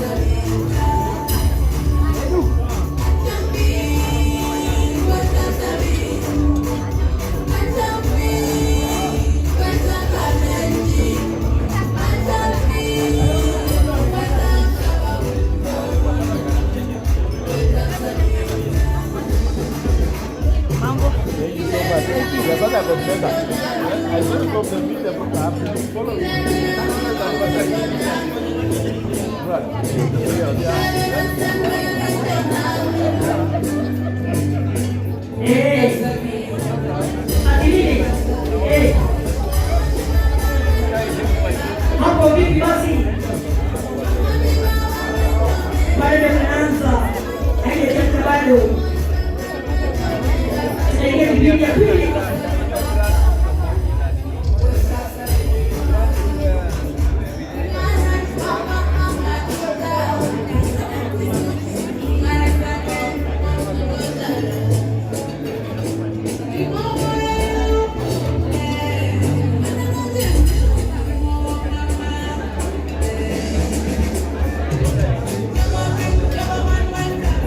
Hapo vipi? Shukrani sana ninyi comment. Kama unataka bwana. Ito kwa simu ile boy. Au kupenda kwa polo. Ati nini?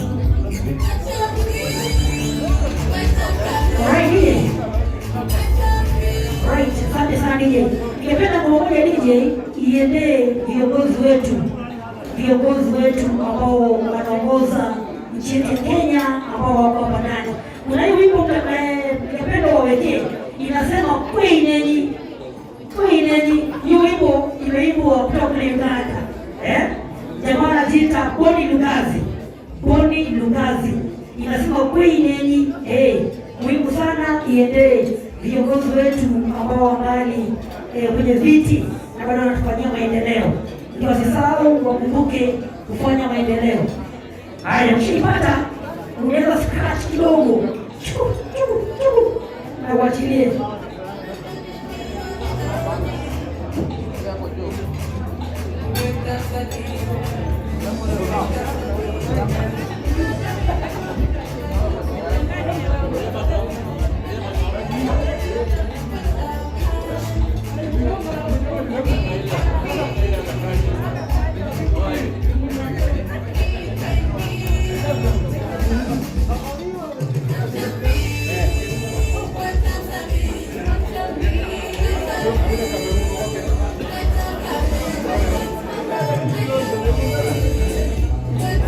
Asante sana. Asanteni sana viongozi wetu wa taifa la Kenya, jimbo la Bungoma, jimbo la Tanzania, eneo bunge la NLS, Saboti na hata pia Mlima Elgon. Kazi nzuri. Haya, unga sasa. DJ, scratch na uanzishe tena kwa njia moja makali zaidi.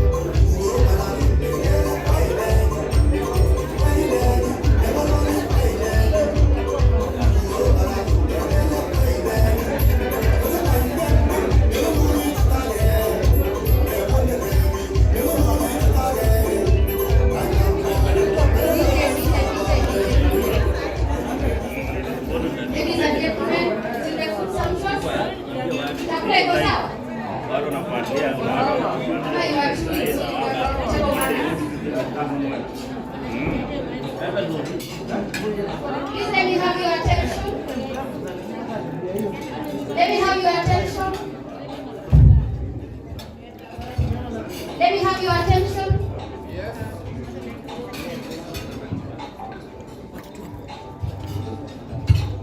Okay, as we eat, I think we will continue.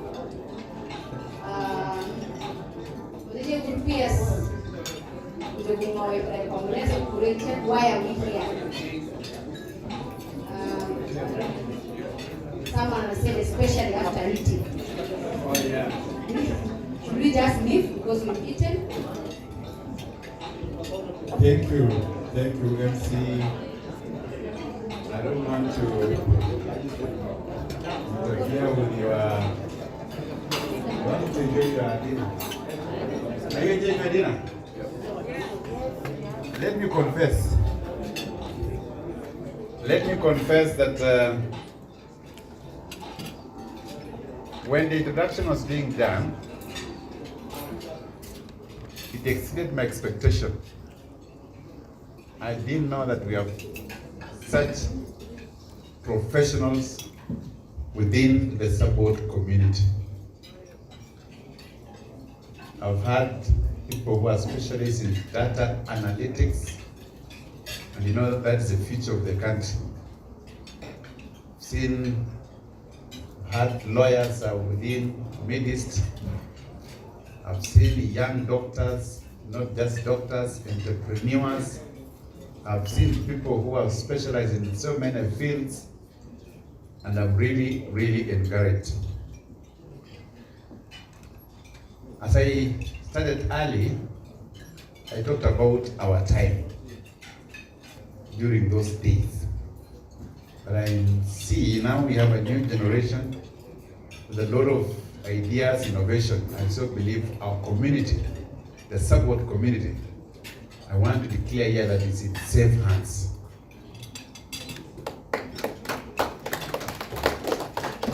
A 100% we're in safe hands. Not in anybody's hands, but amidst ourselves. Ladies and gentlemen, I know I've been PS for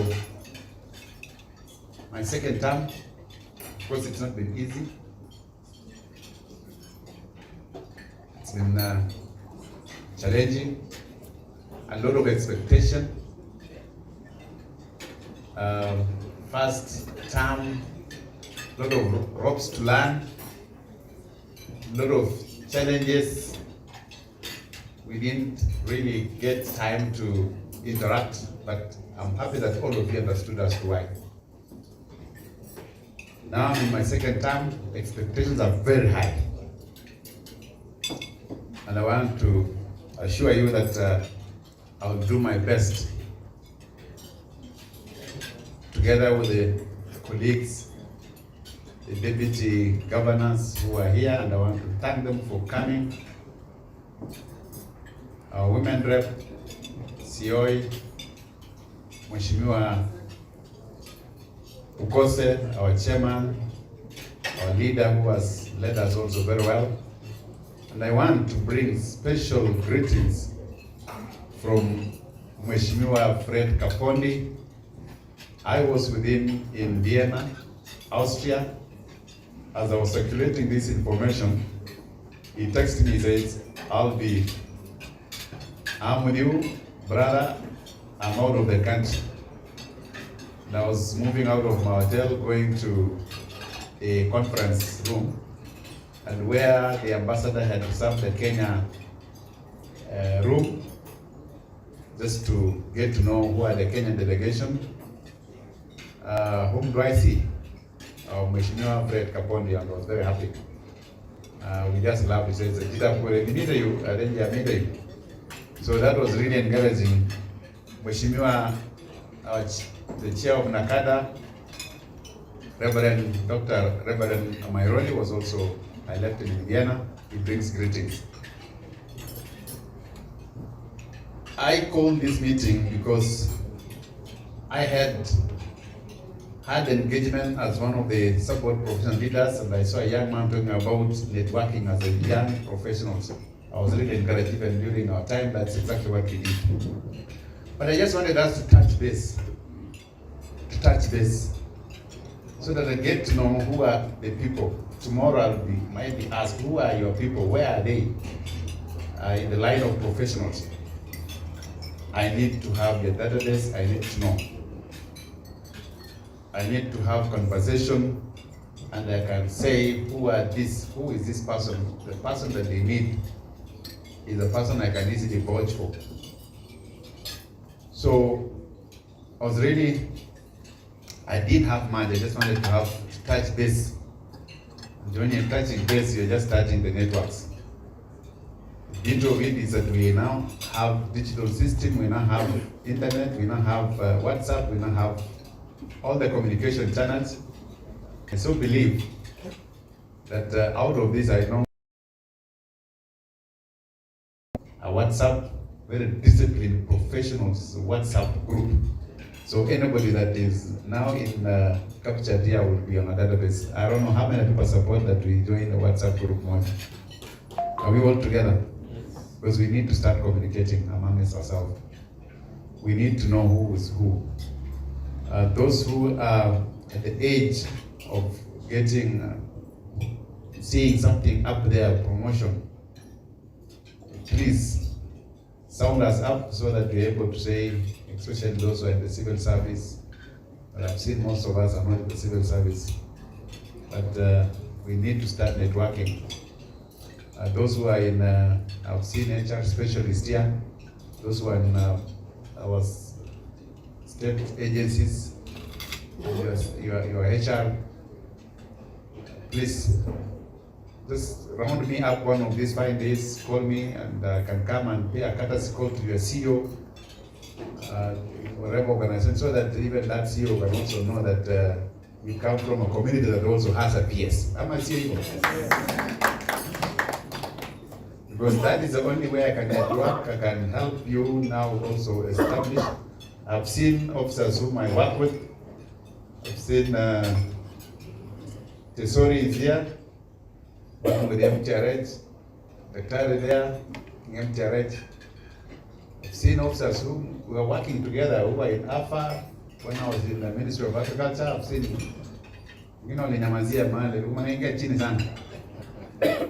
now I think I also want to remind you, and why I brought you up here, and I specifically invited our very good friend Farouk. I think he had noticed that we were disconnected, and he challenged me. He told me, "What are you doing?" He realized that we are disconnected, but he said, "Let's come together again." So I told him that I'm going to organize for this function so that you also come and know that indeed the support community professionals are there. And I want to thank you most sincerely, because if you had not turned up, support very few. But now if you feel this house and the old professionals and the old young, I think I'm a proud man today. And big up for it. You know, we were Magingata, like that's our Ginga. I don't know Bogo says story to like Pane or like Jangani Bogo said. Ginomgangala, Kanyaki Wong Negus or Jomon. What am I done? Eh, Kilaki Wong next or Jomon. Okay, jump like a Kakwe Harry. I know we got because now more than for it, what role did he play? And then all other leaders were brought together. In future, I think that is the way to go. You're going to get lobbying for positions, especially these other positions. If you don't lobby, it's not easy to get. And lobbying, there are many ways of lobbying. During the campaigns, how many of you looked for me?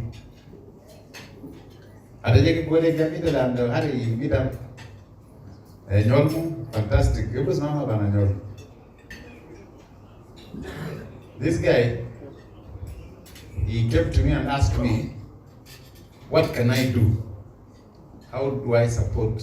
They support another necessary.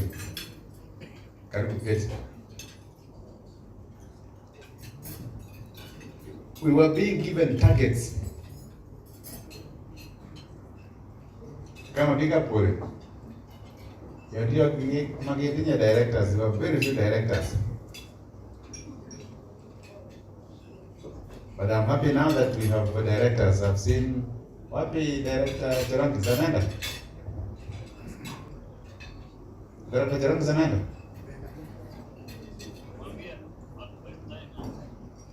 So these positions, some of them don't just come like that. Sometimes it requires a lot of lobbying. I want to suggest a strategic, come and pick up for it, a little bit of strategy. And then let's have those CVs and let's have good networks. We'll have these questions that you've been asking, why we didn't get them. I believe all of us have CVs, very good CVs. I want to, as one of your professionals, I want to play that role. Please reach out. Let's not have that fear of in a hurry. I'm available. Also, those who are in business, let's be very strategic. Push, look for them. Tell me, I can do something, come and go. Push for something for you, it happens. Let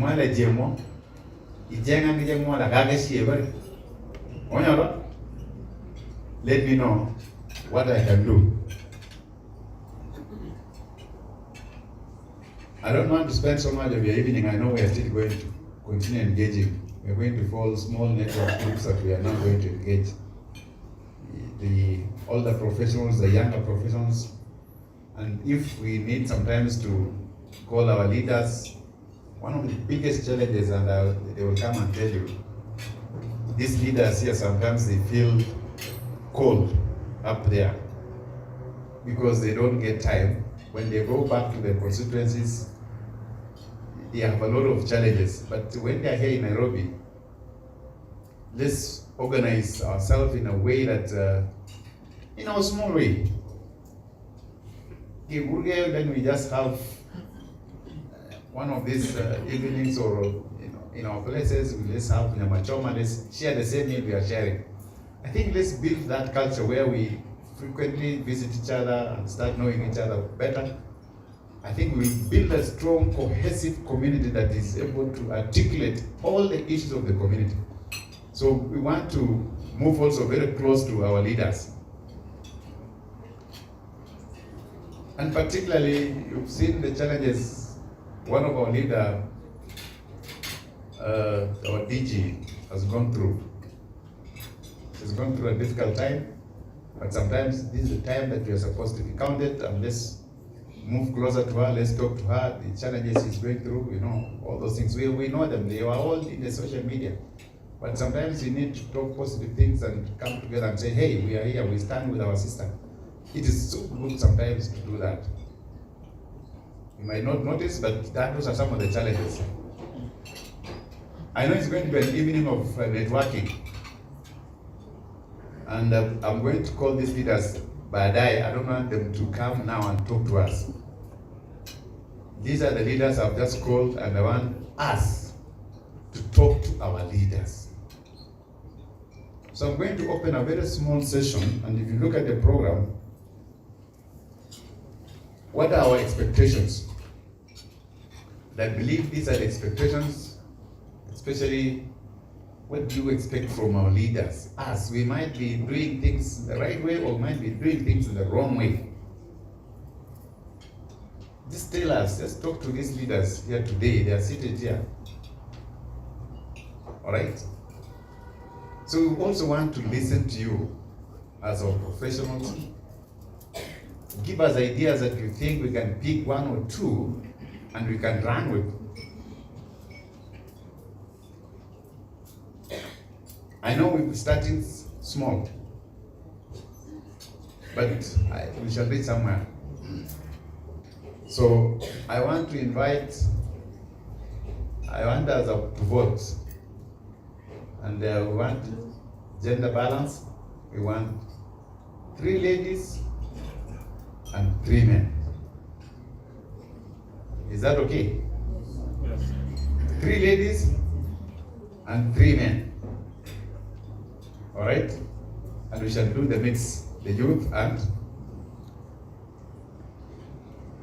our seniors, so that we want to listen to you, and then thereafter I will give to our leaders, they will talk to us, and then that will be the end of our program by just having a summary of the way forward, and then we shall now adjourn.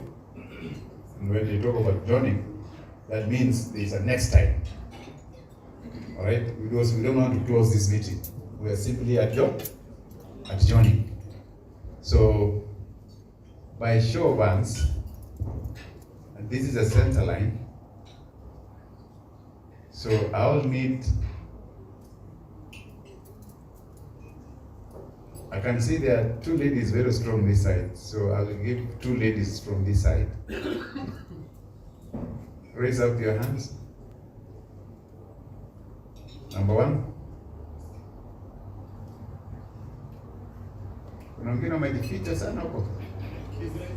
All right, yeah, I can see her. Far end.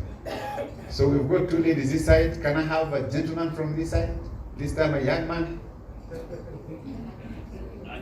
Youngana kidogo.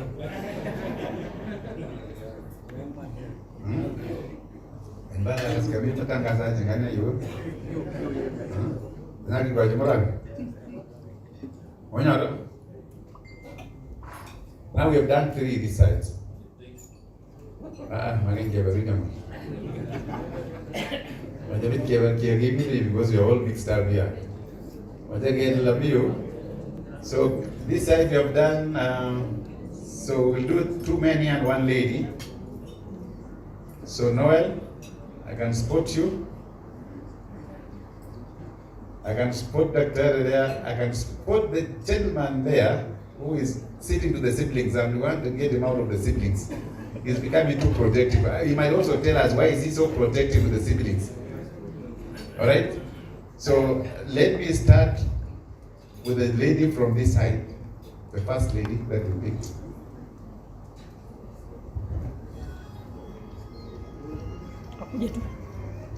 Please note that to give us very good come.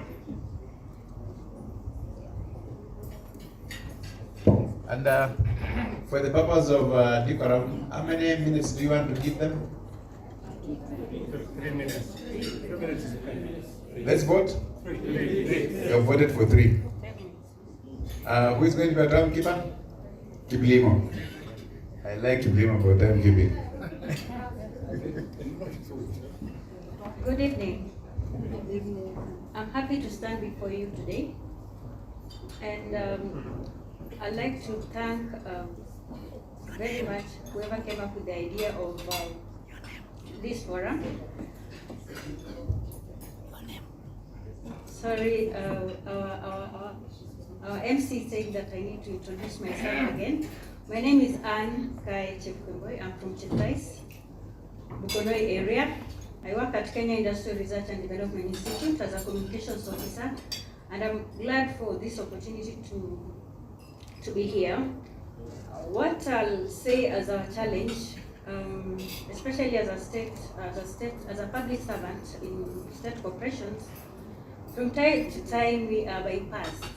You see, like at the Kenya Industrial Research and Development Institute, sorry to say, I think I'm the only one from Cheptais and Sabaot.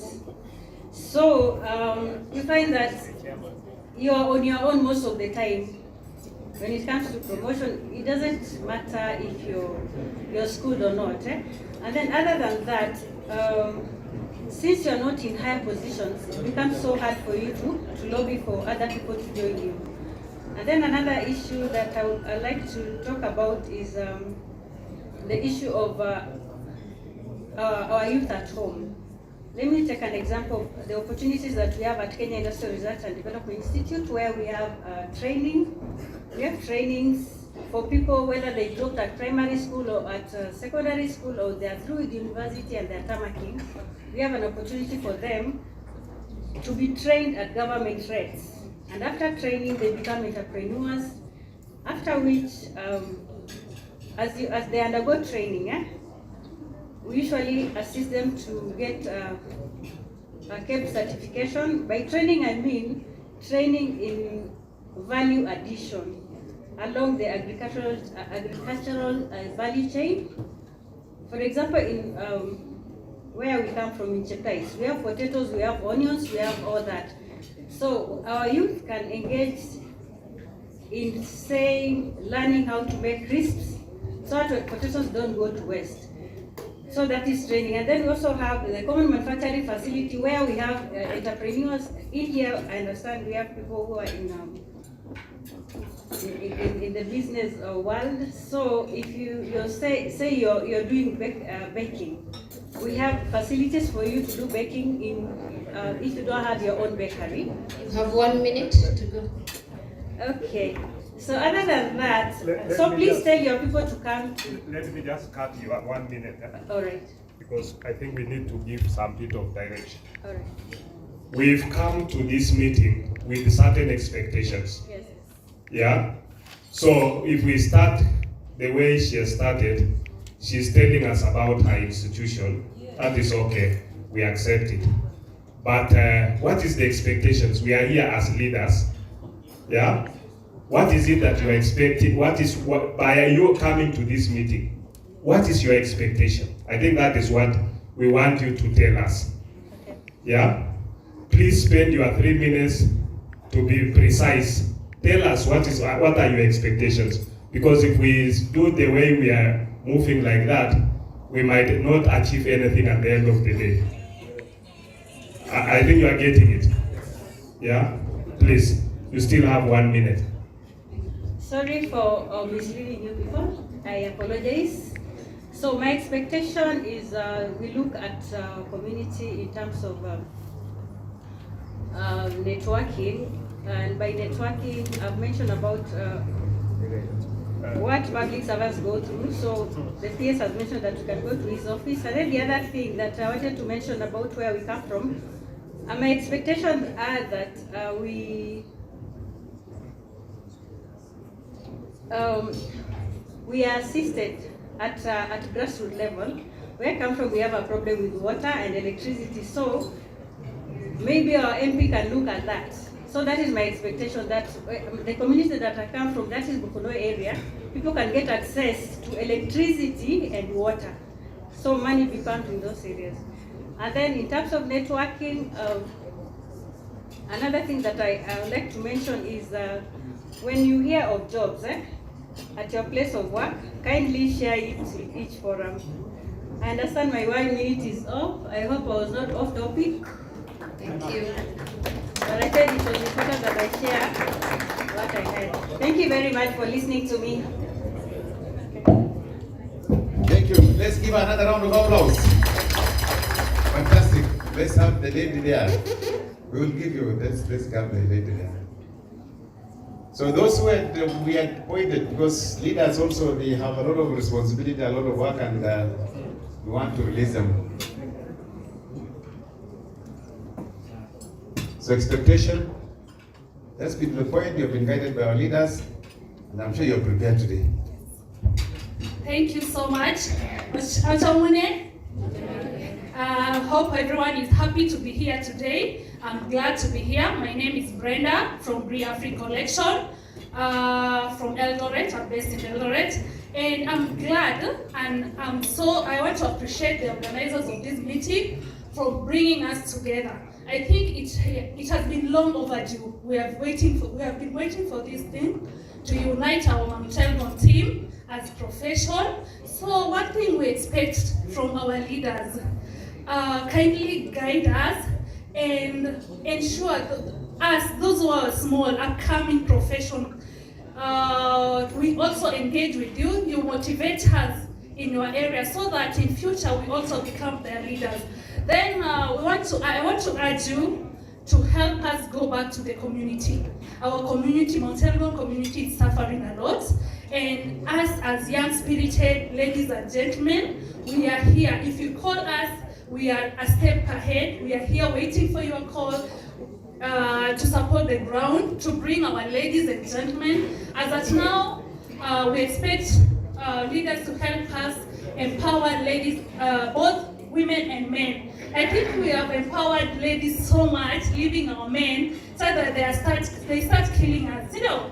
So kindly, as we go back to the society, support us to empower both. Let's empower our generation to go to school, to study. We have been having a lot of dropouts, class 6 dropouts, getting pregnant. So for the ladies in the house, I know we have achieved, maybe we had our failures.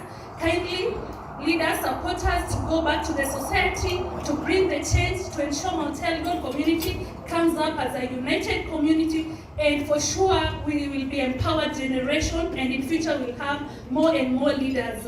Also urge our leaders, maybe for those, I'm not in service, I'm not serving, but maybe you can help our young ladies and gentlemen here to get promotion, as you have said. Once they get promotion, that's when they'll go back to the community, they'll bring that money to the community, and we'll be able to serve the community in the well-organized manner. We'll be able even to empower those young fellows there. Wakikunywa pombe huko. We'll just show them the way. You have 30 seconds to go. Thank you so much. We'll be able to show them the way and guide them. As Panafric, we have a foundation and ready to go back to Mount Elgon. And I'm sure I'll be here interacting with most of you. Kindly let's engage, let's empower those people back there. Thank you so much, and thank you for the opportunity. Thank you. I hear networking. I hear let's have one clarion call. Anytime people are going home, let's go and do some work, community work. That leaders, when we are going home, don't go alone. Tag these young, upcoming professionals just to join you. Is that what I got from her? Yes. So there was a young man from this side.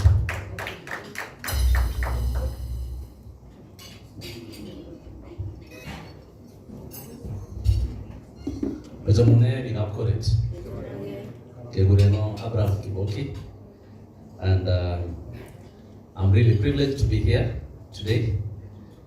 I represent Trans Nzoia Sabaot professionals, and I'm actually the outgoing secretary to the club or to the organization, and my chairman is here.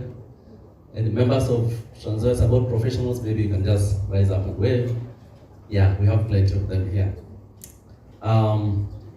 Last year, we were privileged in 2 occasions. One, we met under the auspices of Bishop Chemegich and the Council of Elders from Trans Nzoia and Elgon at large, plus the professionals from Trans Nzoia and others from Nairobi. We came up with a document. We were drafting a document, a memorandum, which we were finalizing to present to the political leadership before forwarding it to the presidency. Before we did the document, it was complete, but funny enough, we were caught up by events, and there came the opportunity to present our views as a community to the National Dialogue Committee. Do you know what we did? We just changed the title, and we presented that document to the Dialogue Committee, and we engaged 2 of our lawyers, that is Jamima and Eric Naibe, and we were there to support.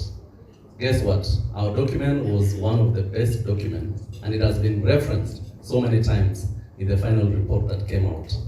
And the issues we presented, I have the document, the summary one, which I'll circulate with the leadership.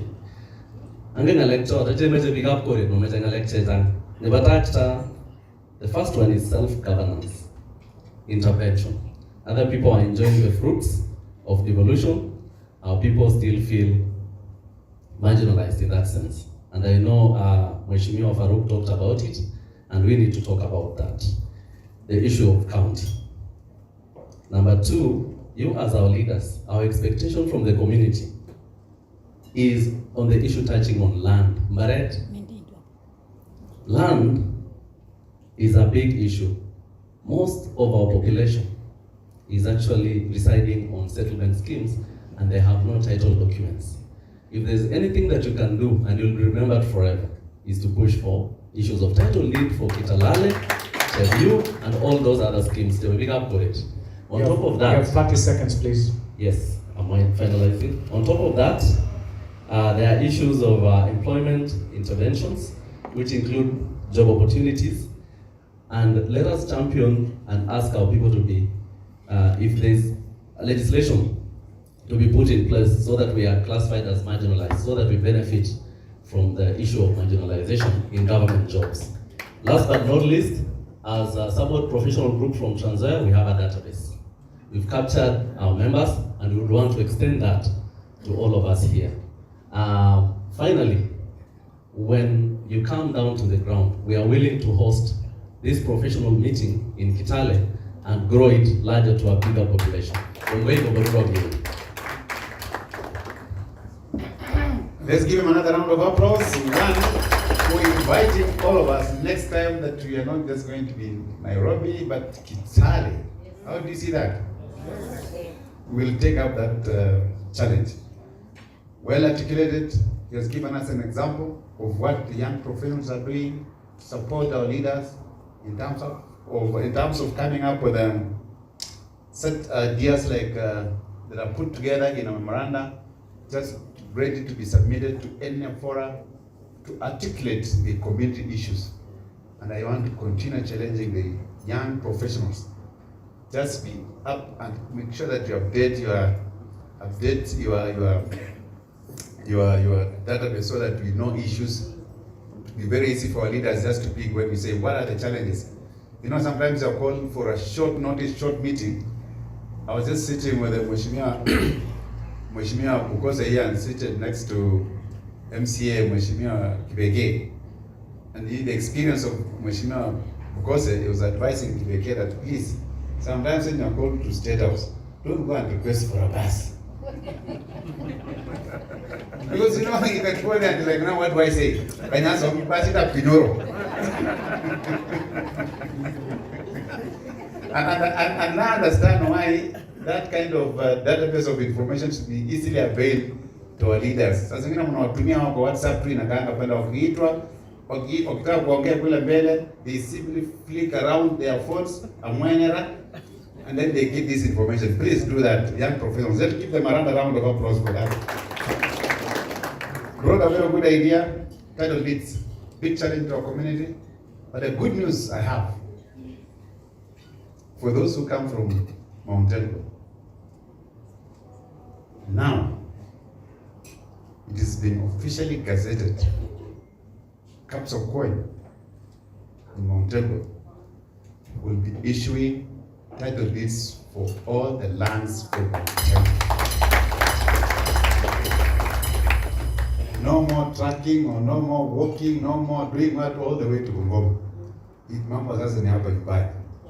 Tuko pamoja? Yeah. Kunywa chai.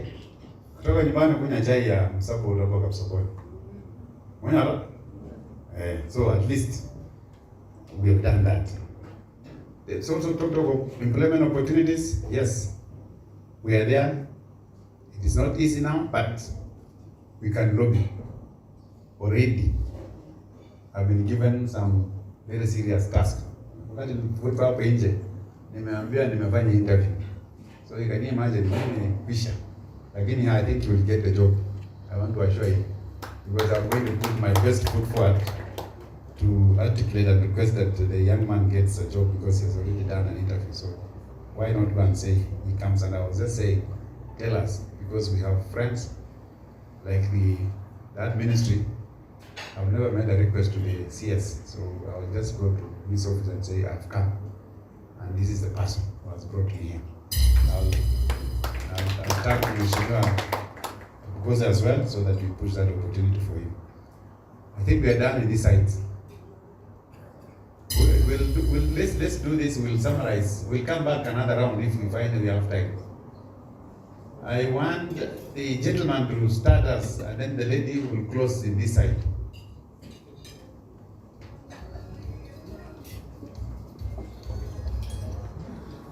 Yeah, my name is Stanley Cherop, and I'm very excited to be here. I'll be very brief. Mine is just to request that we need to be linked up with blue ocean opportunities and not red ocean opportunities. And blue ocean opportunities takes time to prepare, and we need to know about them in advance. So what we are requesting is, whatever is cooking in your areas of influence, please let us know in advance so that we can begin looking for partnerships and joint ventures so that we can align. So we don't need to see the opportunities in newspapers. 2 weeks is not always enough to prepare the blue ocean opportunity. Thank you very much. I think that's all that and on PS, I'm particularly interested with ICT opportunities in your sector. Thank you very much. Shout out. Thank you. Very brief, that's why he protects the siblings. Doesn't talk much. He has talked about something, blue ocean opportunities. Now for is it blue economy? I'm blue something. He says digital again. So I want to assure you that he says, he was very clever. He says 2 weeks is too short.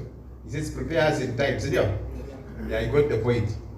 But please tell us where the direction you want to go in time also, so that we're able to prepare you. So, these leaders are here, and we have a lot of opportunities that sometimes you see, and we imagine we don't have our young men. I could not imagine that we have people who are in IT. But I'll link you up with the team. I know the team that you are referring to. I'm sure you know what's going on in my sector. So I'm very happy. So I'll definitely link you up. The other gentleman on this other side, Daktari.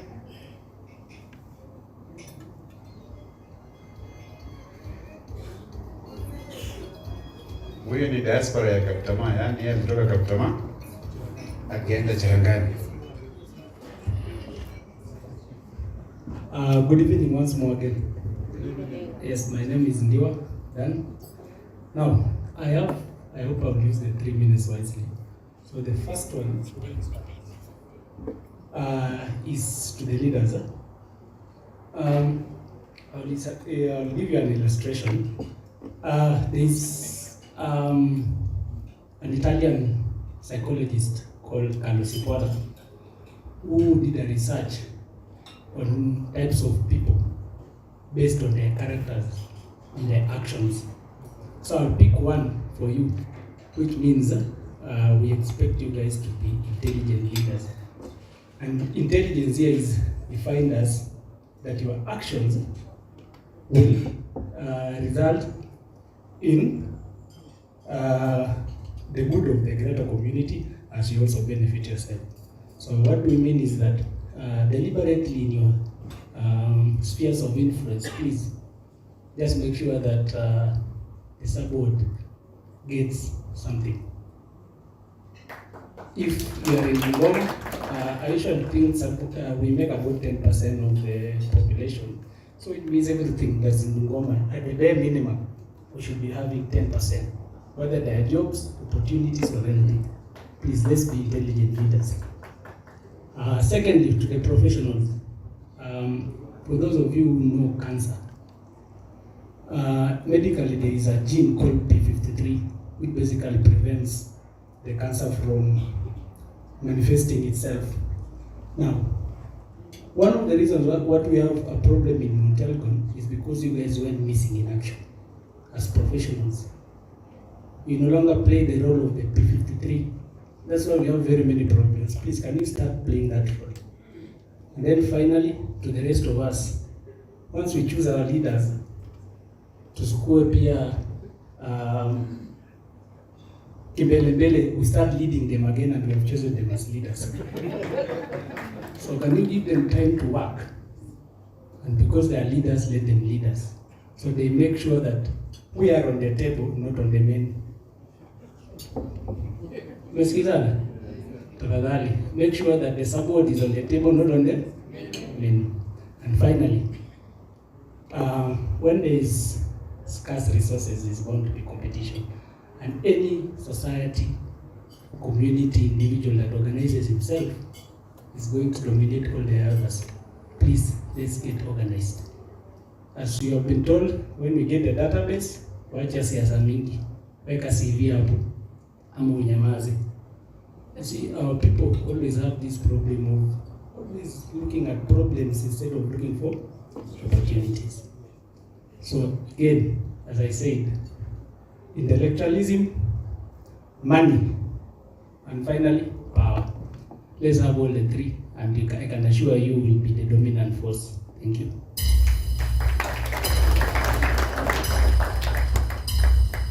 Do I really need to repeat that? Another round of applause for him. He could have closed it for us because he was very philosophical. And he gave us an Italian. Says, let's be intelligent, let's have money. Once you have money, you have power. Sabaot, let's be strategic. I'll add only that one. Let's be strategic. I'll come and say why I'm not saying that as I go for our speaker. I wanted the lady to close this time, but I'll ask the leaders if they can extend, because there are two leaders who might request that they speak.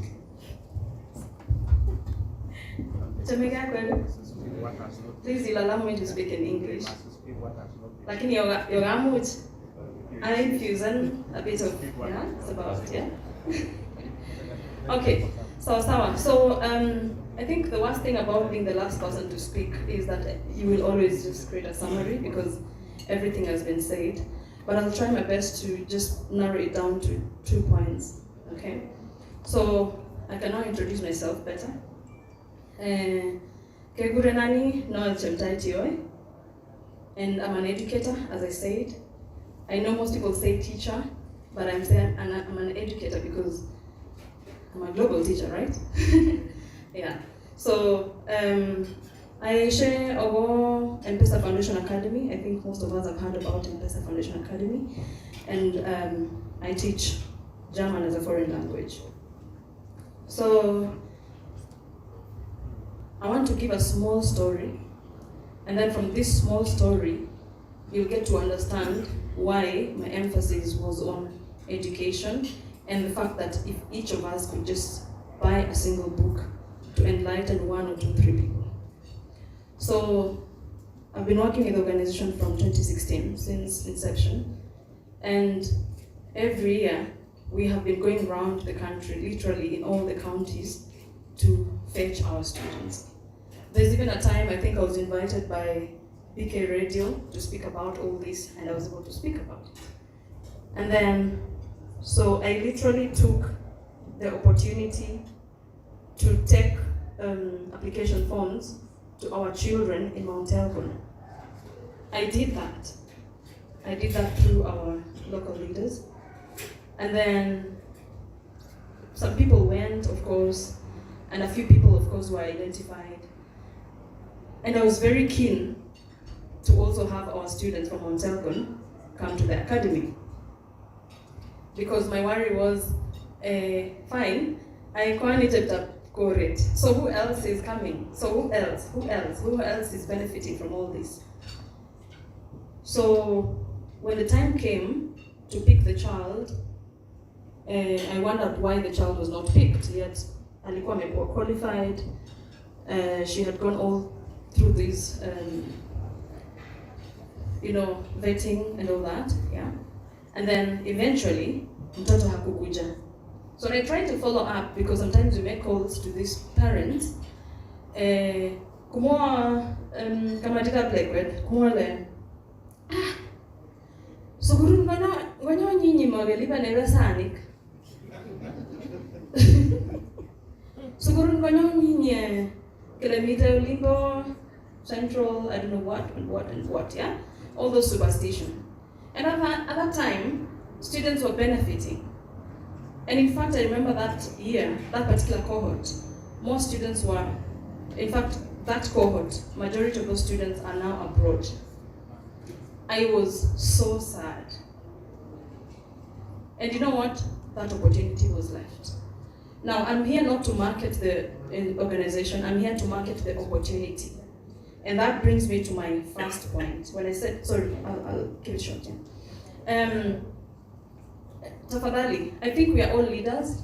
I believe we are all leaders in our capacities, different capacities. And the best thing we can do is to go and speak to the girls in Omtelkon. Invite some of us to speak to these girls, because we have missed out on opportunities because mtoto anachukuliwa, ako pregnant. That opportunity goes away. And just like that. Yeah? So if we can talk about pregnancies to the girl child, I know boy child should also be spoken to, but the girl child should as well be spoken to avoid all this. And I emphasize, if all of us can come, we can come together, amass our strength, and just buy a single book. Not even buying. Oh, time is up, sorry. So the last one is, let's empower ourselves. I think most of us have talked about job opportunities. If our leaders, you empower these young people who do not have jobs, I've identified 3 or 2 people, please let's support us so that when you go out there, we also have power. Okay? Asante sana, gongwe misin kuberuro kiegin. Let's give this lady another round of applause. She's already proving that she can fight for us, she can advocate for our community wherever she is, lost opportunities, and she's sad, but I think lesson learned. Ladies and gentlemen, our leaders also have some other assignments. And we've said today was just the first day of our networking. We don't want to keep our leaders so much, and I know our leaders have heard so much from us, a lot of points. They wanted to be reminded of those issues, I being one of them. I therefore want to come to the main table, and I want to start with our professor. That keeper, you know now, the main table is the main table. The main table, we are told 2 minutes, but you see, there are 2 minutes can mean a lot, isn't it? 2 more. So 2 more, that's 5 minutes, our leaders. Professor, welcome again.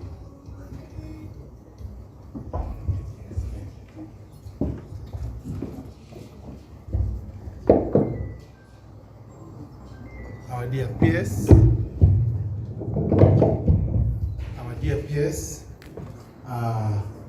Honorable Dr. Bukose, the DGs, my colleagues who are here, all of you, and family members, good evening. First, I want to thank the President of the Republic of Kenya, our peers, Harry Kimtai, Mheshimiwa Bukose, and the Honorable Kapondi.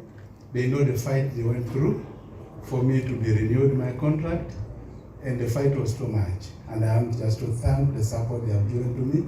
I'm the Deputy Vice Chancellor in charge of academic and student affairs, Masai Mara University. I've tried my level best to bring together all the Sabaot community at the university.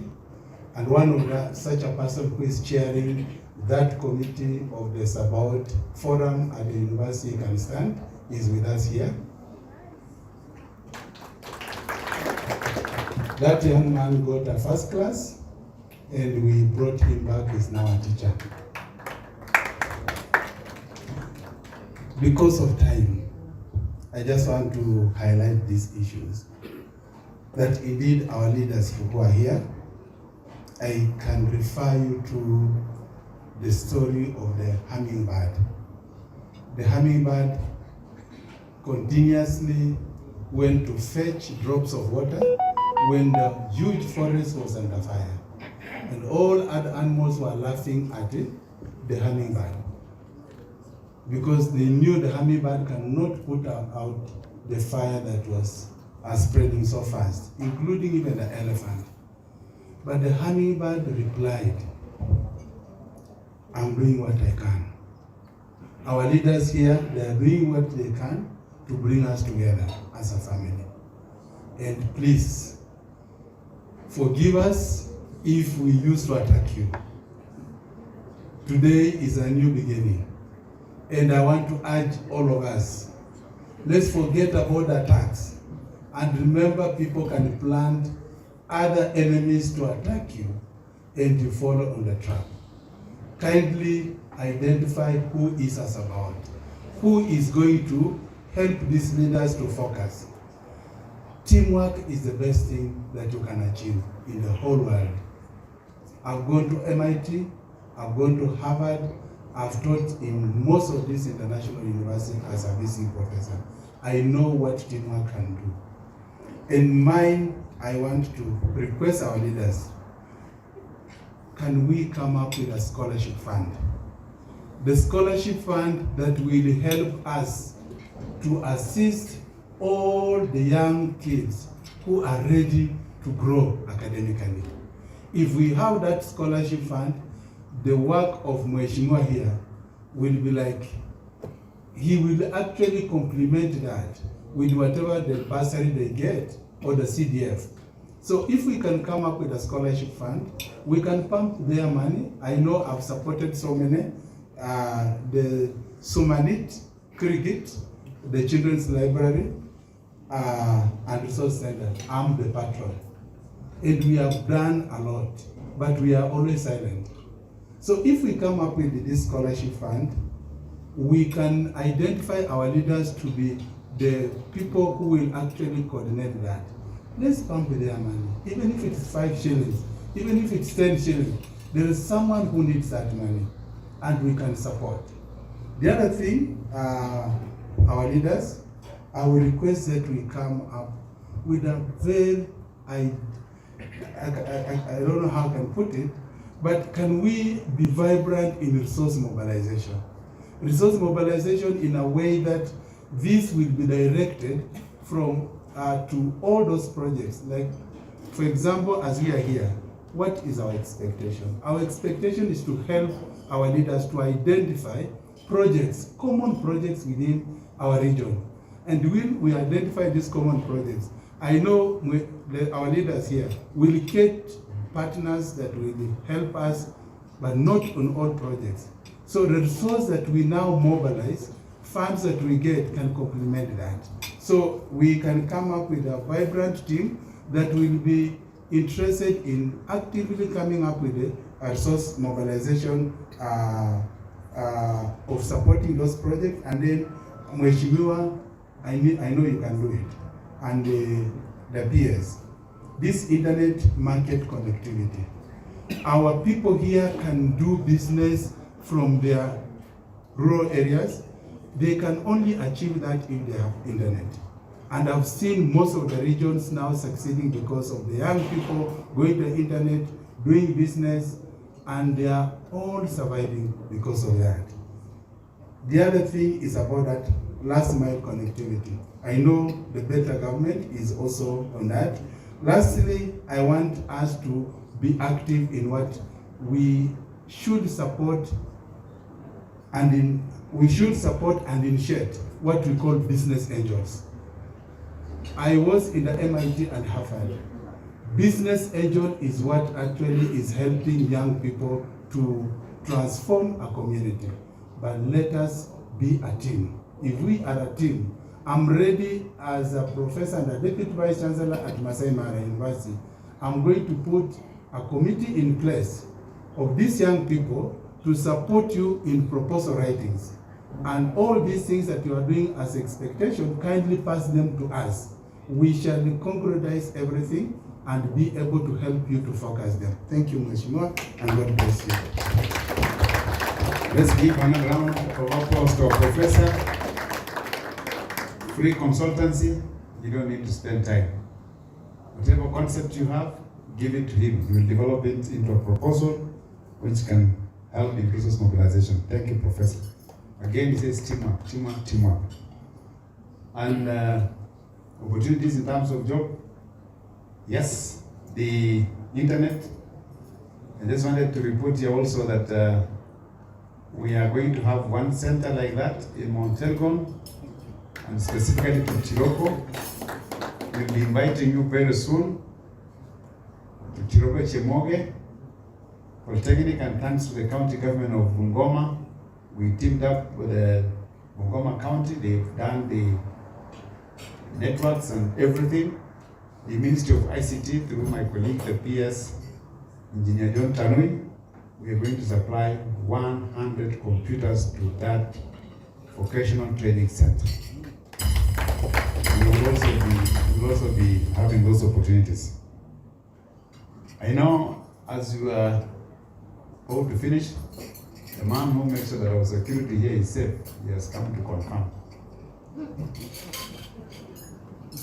Our own son, the OCBD, Imani, Mos Ndiwa, simama hii watu wakuenda, ni kwamba wanawachunga.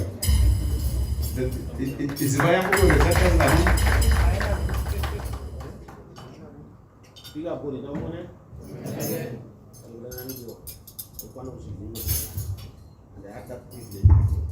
Hello. Kami dah mulai lah ni cikgu dan di Wamos, kejunan kita kan. Abang tu, I'm happy. Angalang professor also unity and togetherness. It is important. Kami dah ni lah tu, mati an pokok father. Lagi nak kasih, tapi kat kudut, ia kasih juga. Lagi mana nyos nafas. But when you get it, you do it well. So okay. I'm privileged to be the OCBD of this town, the OCBD of the president. So I'm here. Thank you so much. They are known everywhere. I want to welcome Mheshimiwa MCA Kibeke.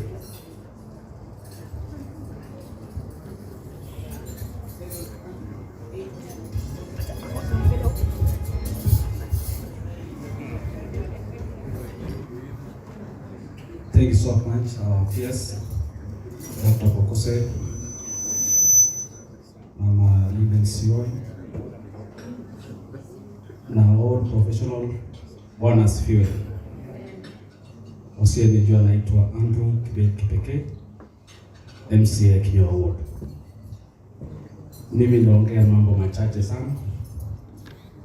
Mengi imezungumzwa, langu tu ni kusitisha. Kuna mtu amekuja akasema kwamba we must have a unity for our own people. But for our people tuko na shida. Na lazima tuambiane ukweli. Aswa ikifika wakati ya siasa, wakati siasa. Yede bikyo kuchwaige bigo. Bumola jone ni sabin jone ni jepteiz jone ni kaptamu. Kyo tinyo joga bar support angelas magengaral manda. Onyodo so ani bare dang magale etway Mheshimiwa Bokose kelengena Jonas kele mendo kuyo mibi go dember ki kasna le karabuto ken magala ke ba lenye bare taibi gala so yo ge ngolo le kando ishe chomi dai anga mor kilogni kanyabane kabogunyo pinyo sige gale ke veriona. Last one, professionals. Nyinyi mnakaa kwa ofisi. Wakati sisi tuko kwa siasa, amusimami na sisi. Wakati appointment anakuja, mnasumbua Bokose. Huyu jamaa anaitwa Sabila simama.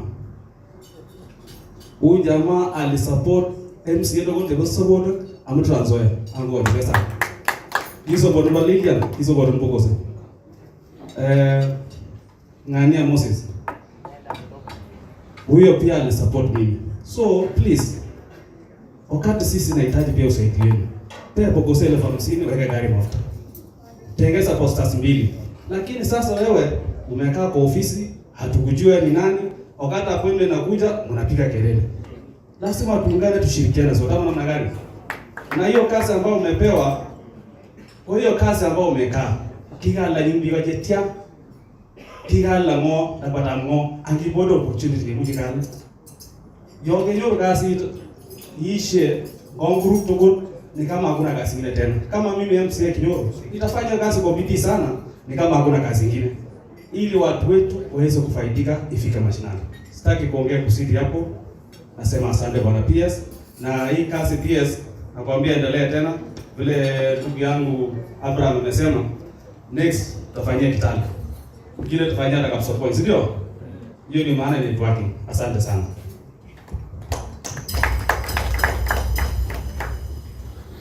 Najua nimebakisha sasa wale vigogo wenyewe. Lakini vigogo mtanisamea, kabla wananchi wameomba kidogo kwamba wapatie 5 minutes waongee tu, sana kina mama. Kuna mama wawili I believe mama wa maendeleo, mama viongozi na aliyekuwa former MCA. Nafikiri hawa watatu itatosha, sio? The 3 will be enough. Waje nianze na mama wetu kutoka Elgon, aje aseme machache. Hizo 3 minutes umepewa. Alafu maendeleo ya wanawake. Unajua mheshimiwa Bokozi alikuwa anasema if it is still existing. Maendeleo ya wanawake, it is still existing. And you will hear the voice. Okay. 3 minutes.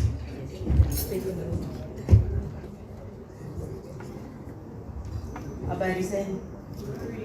My name is Rose Chepkemosoet. I come from Cheptais. Sikusimama MCA, nimesimama parliamentary seat.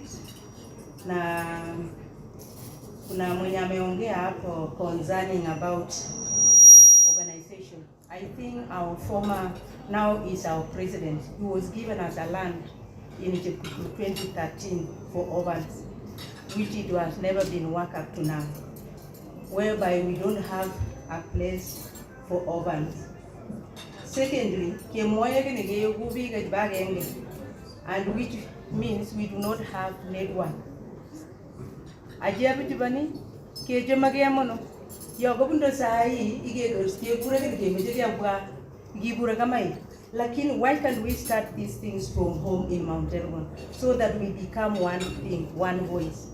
These things I'm talking about number 6, whereby we need to drive ourselves and we become one voice.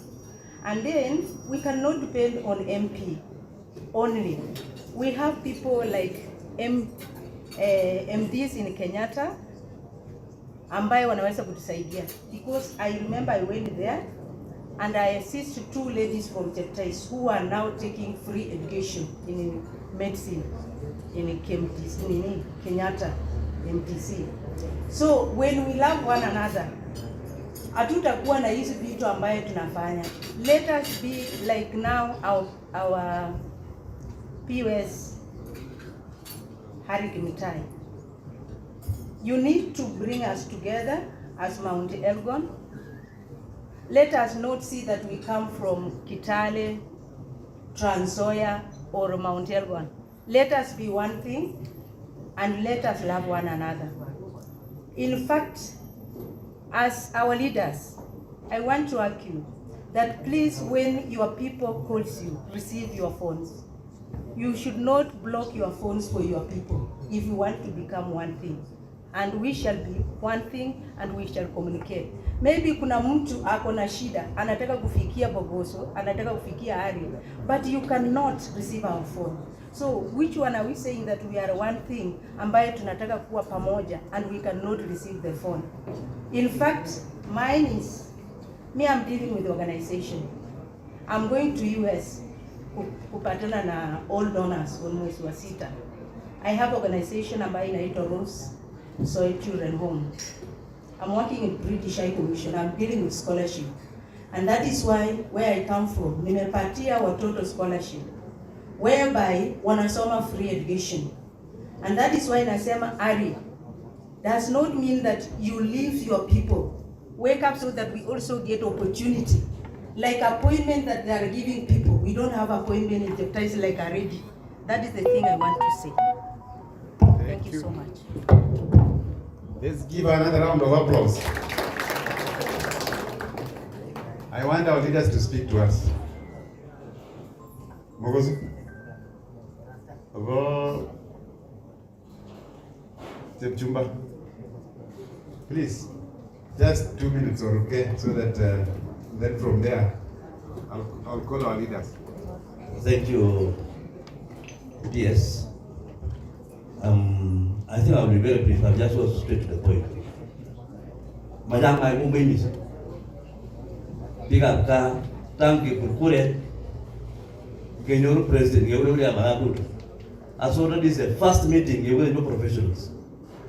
So, amajasomo leaders to get by Kebonda Jexai, Sergali, Kebonda PS, Kebonda members of parliament, and not Yani, Kebonda Pugose, Kebonda Mishmela Bondi, Kebonda leaders Yoi, Kebonda Alan Chesan. I go 2 deputy governors. I go MCS. Ngete unity to leaders. Yage mo baka wali na social media sahi. So bodo mi kujubage dunia sana. Anga togeza bodo mgori dunia sana. Let us not pretend here. Amaya so MPs age yogi yekwai mufanye mkutano kwanza. Kwa hiyo nyemo kwanza nyimude kusitwe unity ibikyo. Maana yake sana social media kikudio leaders yejaje. Yawa sembe kweli Mommy, you buy big got appointments. We are happy to get one hand. We are happy to get one Jonas school. Big boy, because I have the people who got the big one, other than me as meal. Lakini, was not with unity and I didn't see them. Now I speak to you peppers. People who have peppers. Ama, Munada Jones of Amtaki. Munada set appointments of Amtaki to Nataka. Ama, so but then some way, I put you meet most brothers. Mungo on my pattern of us. Unite this community. Elders I unaenda Biblia, probably unaenda Biblia. Amaja somo kwa come home. Do you even want meeting in the place? As a team, we do not even paragraph. Do another meeting of support, do another meeting in the base, do another meeting support. Mapoli again. So dear. Lastly, I want to say this. New president, Region Mountain. Fulani da kuona. Sio nada kumbushe. Hata mimi nalitaja mimi mguzi. Nada kumbushe. Sikukumbushe kwamba tuanze watu mheshimiwa alitaja kuna Alan Temaye, kuna Jebede, mimi mogosu, kimnyangade. Oh, mran Alan PS. Obedo sumana jotoge bole keja nafasi na juu sigeja yala. Mwisho. Kile ndio kile serikali. Aki kwa president okwaga gasapi onai ki kono president gasi ago do community grane in small even a small way do say take it so hari mheshimiwa PS imita nafasi ile ramsa mwende PS ai when PS when CS wetu mami age kugeja ini ni imita yo mina kasi na the blue networking am ministries to mide amika iwa do kasi alafu mwisho nafasi ile imita mide ukiwa mwenye medical courses can you assist us also evaluate na angase ya good man you can pick calls university sai kegera da ine applications to universities and other courses the rest of it is those you will just do the medical courses assist us to those positions otherwise those who remarks unity is paramount no unity is paramount brothers and sisters otherwise because of time Amaya so mwisho sorry these are deputy governor ni watu wanzoe this like amepitia changamoto ama lakini patikana tena watete na napiga vita ukiona masupe Amaya so mamuri yako ni yako hata kijone chama ngoyo amimi position kama deputy governor kama je sai ndaga jani yale ngajoni ngipo wole mije yapo Amaya so mamuri ke respect na leadership mi positions. However much you want to be respected, respect also one who is in position. Thank you very much. Continue just a minute because our leaders are getting tired.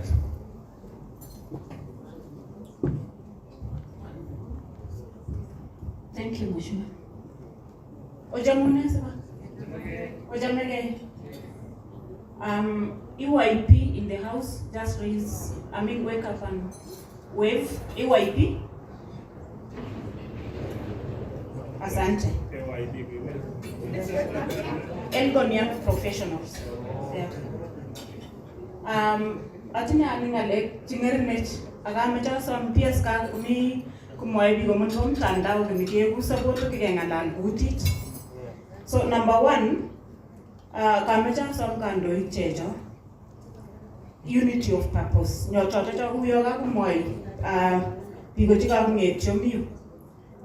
Waheshimiwa wetu wote ogana kitu yobigo kwa sababu kageterji na nyumiat kokitinye yin tuyet mu Mount Elgon ako Kisawai Trans Nzoia, lakini wanike address data issues chechache koboru kole keterchindosi hata yokakiyok kwa mfano kokweok president directorate from his office to come and listen to our issues, lakini sasa kobundoi kotokni kikenamge mano keku mano kita agenge.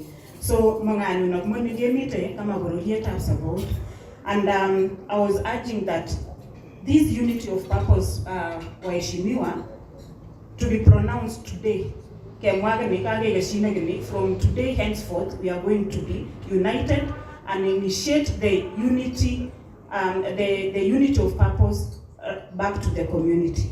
Then two, akweta umite ishonu ata nafasi inachundi ngerinech.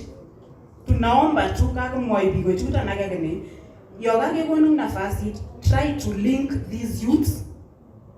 Monubona nafasi inachomite. We have boards, we have parastatals. Tumite those ata yogaga prooms ata nyomia which just look for those networks and link these youths of ours to those positions.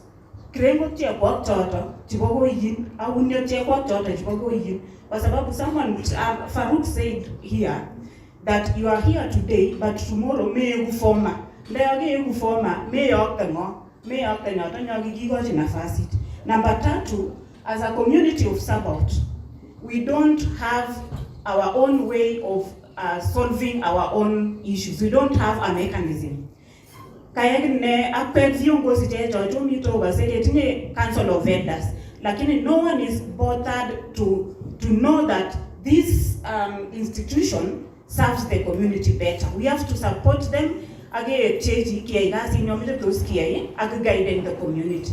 We are dependent on the council of vendors and any other structure that exists in Mount Elgon and Trans Nzoia for the Sabaot people. Number 3, women economic empowerment. And even if as we are seated here, and the 2 meetings that we had in Kapsokon and Trans Nzoia,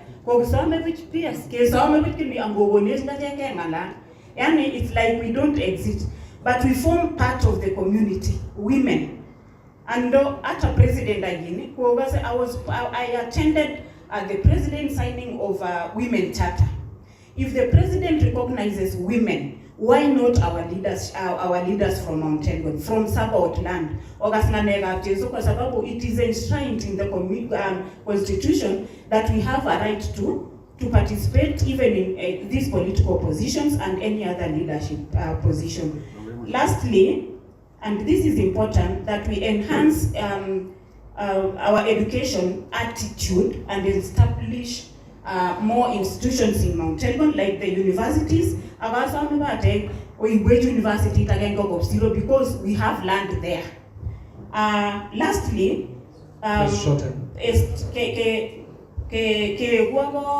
monthly for men welfare. Now that we are here, we form our professionals welfare so that monthly contribute or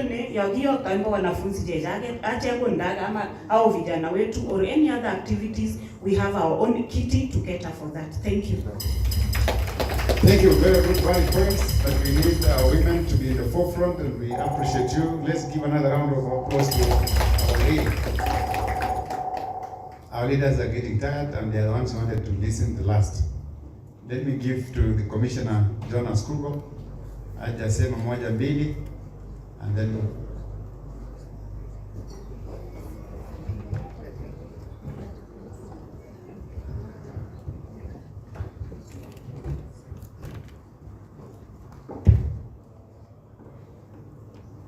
Ujumbe pikyo.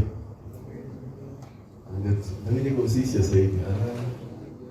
Omito na tunangale. Omito na reje. Yeah? Okay. Ani kegreno Jonas Kugo. Angato.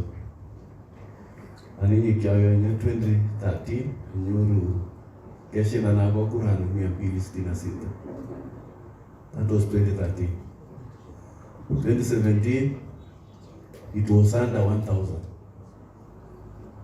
I guess Kigemoy and people. Lakini nani yomito kwenye maana reja mbo ngale chata. Kui pengine ngale chata koko nete ngale kala. Kila moja bana ke mo tu sikita ke. Monya to. Kunyo kama cha maana kitula. PS kongoi. Ogo heshimina temita itu tu. Tuye ni unye karam kabisa. Amaja angalale so ile sina siku ngaspiga tu. Mkutano kama hii is very very good. Is very good. Mimi nimekuwa nikitamani na sikujua PS alikuwa anafikiria hivyo. Alifikiria na akafanya na nikafurahia, nikasema basi. If that is the case, hiyo ni mzuri. Kama jana kana raja rabashoni. Kui nimeona watu wengi hapa who are professionals. You have started well. You are in a position, a good position. Yenye mimi nataka kusema nyewani ile kiangara kiani appointment ingekona. That's why nimeenda kila mahali, hata nasema nimeng'ara kwa sababu ya hiyo. Mheshimiwa, focus. Okay. Again, I'm just advising them that as leaders, yes, let's also be very brief so that we release this. So, mimi nilitaka nyinyi vile mimi nilianza siasa yangu na nikajulikana. Kiamita ni Chebororo nikafanya kazi nzuri mpaka nikatambulika. Na Ruto wakati alipata kuwa minister ya agriculture alikuja Chebororo kuona this institution which is doing so well. And that is where nilianza sasa siasa yangu. So nyinyi mahali mko msiseme ni juhudi yenu kwa sababu mko hapo. Simama siku moja sema niko hapa kwa sababu ya nini? Mkubwa fulani. Kama ni Bukose, kama ni Hari, kama ni nani, unatambulika. Then you start from there. So yangu nilitaka tu ajera kutule. Arambe nyaga kuikwe tulabo faru ambe model to support sisi sote. Kitaka nyema na ngo in Nandi all public primary schools give a big fees because they want to subsidize from the parents about the serikali sukudai shugulu shakwa. Sasa nandia tijanga akasunaniza Akubasangolin, they are everywhere in the world. So, kiamita na zote nataka ikuwa na ndi saboti ningeweka watu walipe fees kwa public primary schools. Alafu watu waendelee vizuri. So, jibali leadership tutole mwani biko bila hii. Imito wewe yanye. Ambele sasa. Mute bengale kiuzo yaga itio bas kete bege tumungla hii. Arage yela negi. Si ndio? Kuike majenga jareni bobiko. Mele ngajareni bobuko. Si ndio? Nafikiri batunga sile ngale kichonga lakini kwa sababu ya time anga gejwashe kaka ngatela. Kumbei kabisa. Yeah, Commissioner makofi. Amecha kukonge kwanza. Ngeti soki ke na mali. Ndeki makwe sasa hii. Ojanga nwesa ngimba. Utangete ko ba. Ndawangete ko kyatinga balance nibo yani kyo liban around 2.7 from 9.6. The rest nimelipa, nimetoa IDC sasa.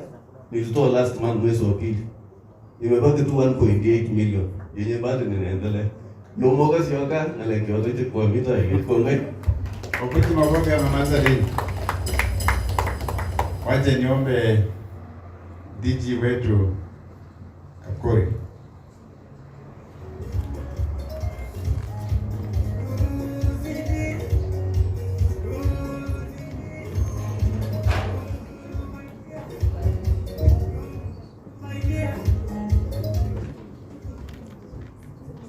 Good evening. Chemage. I think as you may know, I am the Deputy Governor, Trans Nzoia County. I want to take this opportunity to appreciate the conveners of this meeting. I think it's been long overdue. So we really appreciate that. I'm actually impressed that we have a very large community of professionals. As we were listening, it was really impressive to see the different professions, and I think it's really good that Kenyans know that we have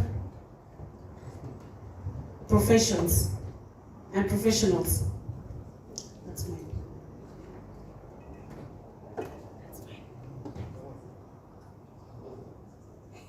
Okay. I think for those who've been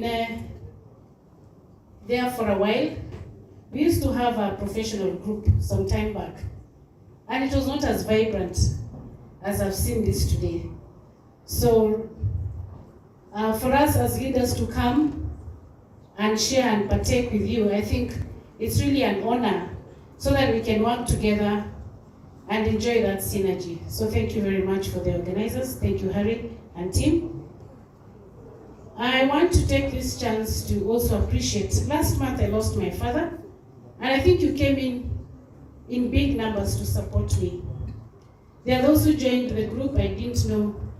Some of you today I've seen you, so thank you so much for that. I don't take it for granted. I also want to appreciate that you worked with me. I actually have had a very difficult 6 months, and maybe even longer.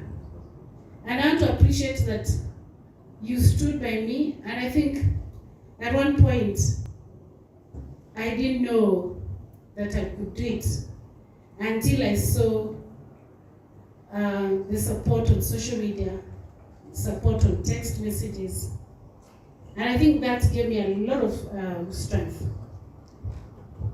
I actually felt the love, and I felt that I belong. There's no way I could miss to say thank you for that. I don't know whether you know this, but today, the Senate Committee for Devolution was in Trans Nzoia County. I had taken the issues I had to Senate, and today they came down and we had a closure on that. I think that's what I'm saying.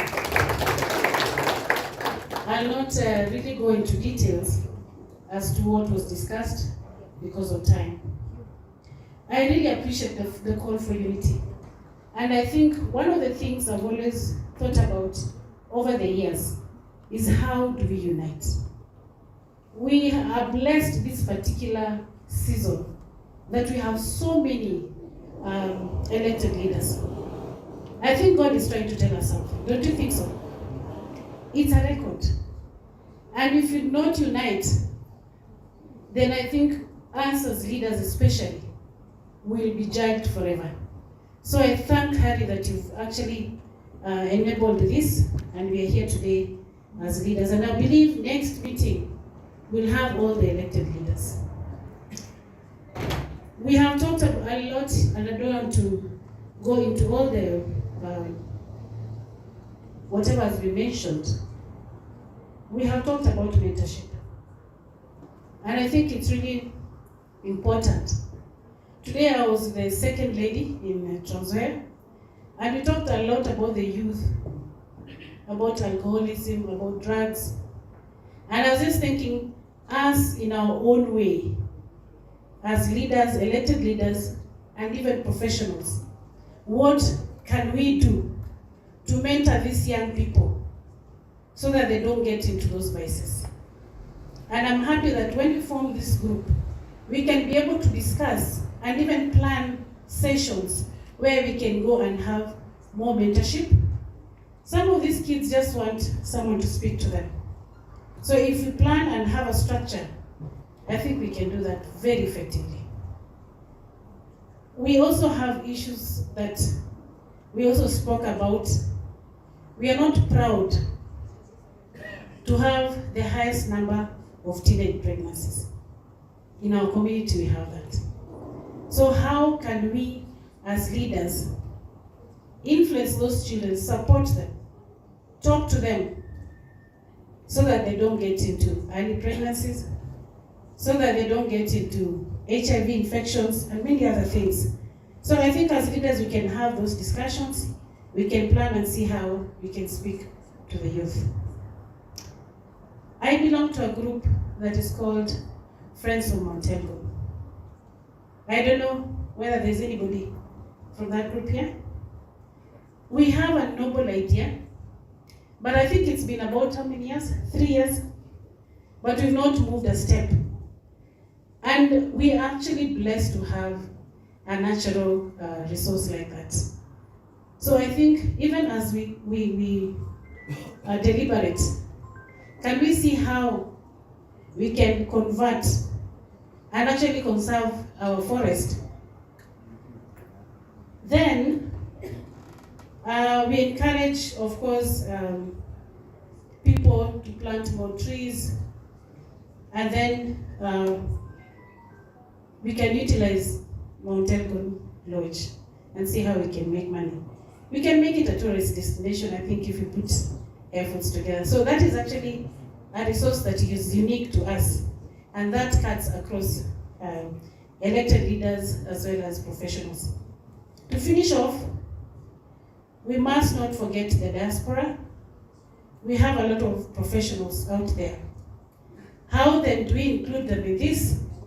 Then we can work together, because I know there are so many opportunities out there, be it employment, be it college, so that we can support our youth to go abroad, to go to school, to get jobs. So I think that's another thing we need to include within the conversations we have for professionals. So thank you very much. Wish you all the best. And I must add, let us support each other. Let us support our leaders. It is that person that is sitting in that seat today, and that is our own. So let us come together and support them.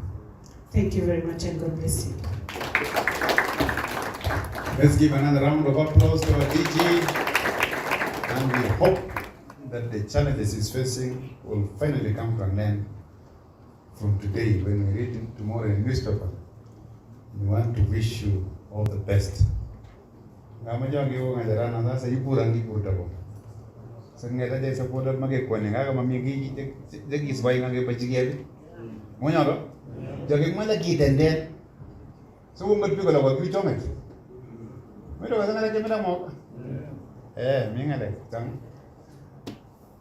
Mheshimiwa DG Bungoma County, ama ndio kuja umalize, wewe kuja DG alafu ndio women rep wetu, alafu mheshimiwa tufungie. Najua kesho atakuwa na deputy president. Mmoja mwana kujala. Missing Majana ngalale kutit huyu yokemit forums kama juu karam kineteke kutit apka sikinget legok chechochoto kumungeche choma nanai kutit yoma kubeti kakwet oichito ngoliondet agenge amayeng amache munang maingal chichang uy kangalal biko nibetata amache apirchi kandoik checho kongoi missing kumite PS Nyenyo Hari Kimtai ako waheshimiwa Mheshimiwa Pokose Kaponti Lilian ako viongozi na galak tugul achang maila kongoi missing ambuya akpek chiko bor waret maybe ko kisirangal chichang missing lakini majang mokle kage draw banda yemagila banda nyilo lazima ke draw netane Kini aprogongai uigage draw banda. Angamaja som aje kandoigap Elgon, kandoigap Sabaot, bila genom jege kukita genge. Sikengeti ke prege emet nyenyo. Ani amite Bungoma kama deputy governor. Akase biko ibure kaburto. Ango ngolola ngalek chepa. Yomi kitangani kocho ama wamacha kiasi chito ikase mechi na gebiko. Yengolole ange mechi chito kotiko chito ngajaret. Lakini achek yokangeng magarag la kagunyor chito. Nichone Cheptais na Trans Nzoia kagunyor sobondage. Ngete me tukul ke purvita. Ke maigla konyoru mbugine dagani nyota katanyoru. Ke mal kotoki bot nafasi nikakake nyoru. Kinyi machang mogla yo mache ke testai ke nomche angengalal ke kukita agenge. Mito chito nikitabut mangala gonyeni kiasiman moingle leaders te jojo ke bonde. They might not be the best, but they are the ones we have. Muje mheshimiwa Bokose, muje magarama amuga suri chegu, lakini wanget kile nyota nyike bonde. Ndo nyota nyike bonde. PS nyota nyike bonde. Achek kama DGs, achek chike mite. Mheshimiwa Lilian nyota nyimite. Nenyi makindos kei lazima kecham wichota chike bonde. Ne kiongozi takatukuli keteche chito. Yokase chito kama president nyenyo Arap Ruto. Kitech pikchi keribe kename kechechine kemwanala yu kenyere yeiglen. Aga iko kwa kiteche kai chito kwa kilangda kukuit. Kinyi viongozi na chicho kwa batai kitoror. Nibayen yogi cho walin banga kangaret kibonde professionals. Kama bigo introduction with kiyejan moit. Ang maigla man ndiko kitakinjile bigo kama supporter. Ndiko gemi dangake tai kabisa. Wige wande tipi kako weri kisuma notin. Anda machang mok supporting dete yote. Yoga we go chata ibageted. Anging moji la gasi ni nyuma kindos yai. Ye gasi ni manawegas. Ketinya bigo. Kinyi machaktos pade. Kitoror bigo. Kiko note kewirata yo. Saka nget yoge pondo ngalioga manyi ketinya goyin. Nyuma chawo ke chongendi. Siguru tak tibi ni baga tama. Yoga ge mechi ge tukul akolo gochu. Netano aiku moma sasa aiku gogo. Yogo ko ba tukul beshono tabarambe. Magigas Kenya tukul kila so. Ne wogi nget chese botan kai go ge baraje mami. Magnget pigo go iwet. Ti iwe ogmana pitch yongolole ni gojut ko geli, gojut ni ko geli, mamichi ni mageshimano. Amacha rob ngale tika daktari. Lazima kingoma kitu. Potoishet machangom nete. Acheka lakchoge mitre county nyo kikwene pigalage yoga metumian ngom nete meboru kitu hata agende. Kitu nyibaye biashara. Yo imita nafasi nyo imuje cheche chitage. Kia biashara sika nget kolongenga ne moga ngitu itige mondu wek. Kiba bete chito nyo tuimo yoge kas lakwada baga kitesetai, let us support that person. Sika nget yoge mwa go jin lage macha ngaje kidage mibi go jimi mwa sai lage mache ke foman patit nyenyo ke mache ne mangi raw me kwanza. Sumo foman na patit kumana ge nomje ge ku kidage nge. So kogan ge nomje, that is my call, and I'm hoping Pilamage Gunyoto this will be a beginning of many other good things. Abroging it to you. We want to come up with an organization. Magi change in a lego gabai, a go rig, a botele buga, a go my here. Cosmon lego, Mamiga, Zishi, Cogbelego will better in it. Ogi yeshe. Yogi Gamala le banki, can you give a rajan, Nairobi will me banki. Yogi Jora the gaps of Pony, meet. So me go botos lego. TV change or making you see too. Can you borrow la magazine future leaders? Yogama Kengeche ange gidage nibele tut mheshimiwa PS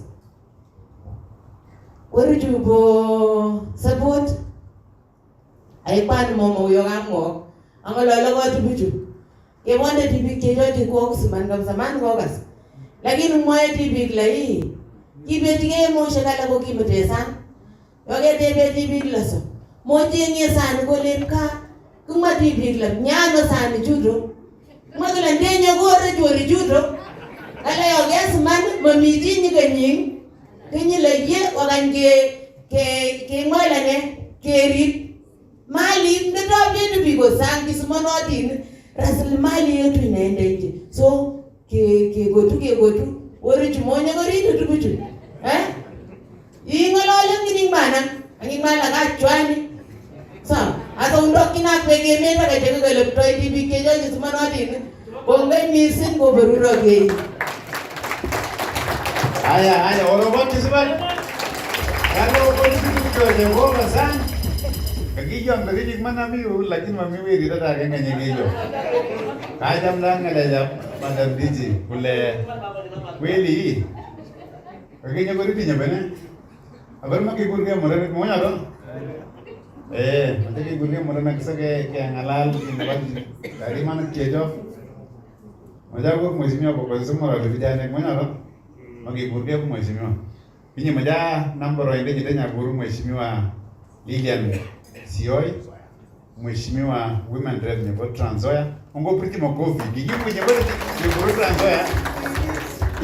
Wati kiteno apinya bro. Na jebere Lilian.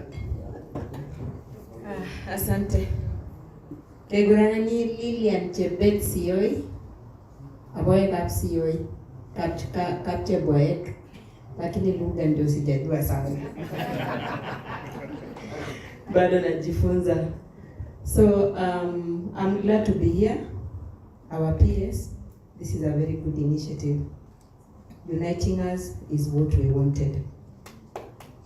Now, I'll be very brief because I know people are tired. Almost everything have been spoken about. Now, we are here today to network. Now, I believe tumesha network. The network we are talking about is connected to the job opportunities. And us, as leaders, we might not be knowing where the opportunity is. But you people might be knowing because in wherever places you are working, there are some adverts. When you get the adverts, kindly send it to our people. Ask them to apply for those jobs. Then they can let us know and we follow it for them. Vile mheshimiwa alikuwa amesema kusema tu nitafutie kazi, it will not be possible because that work has to be advertised. So professionals mtusaidie hapo kuhakikisha kwa anytime you see the advert, let our people know, ask them to apply, then we will follow it up from there. Secondly, right now, we don't have job opportunities. There are very few. The people who are learned are more than the job opportunities we have.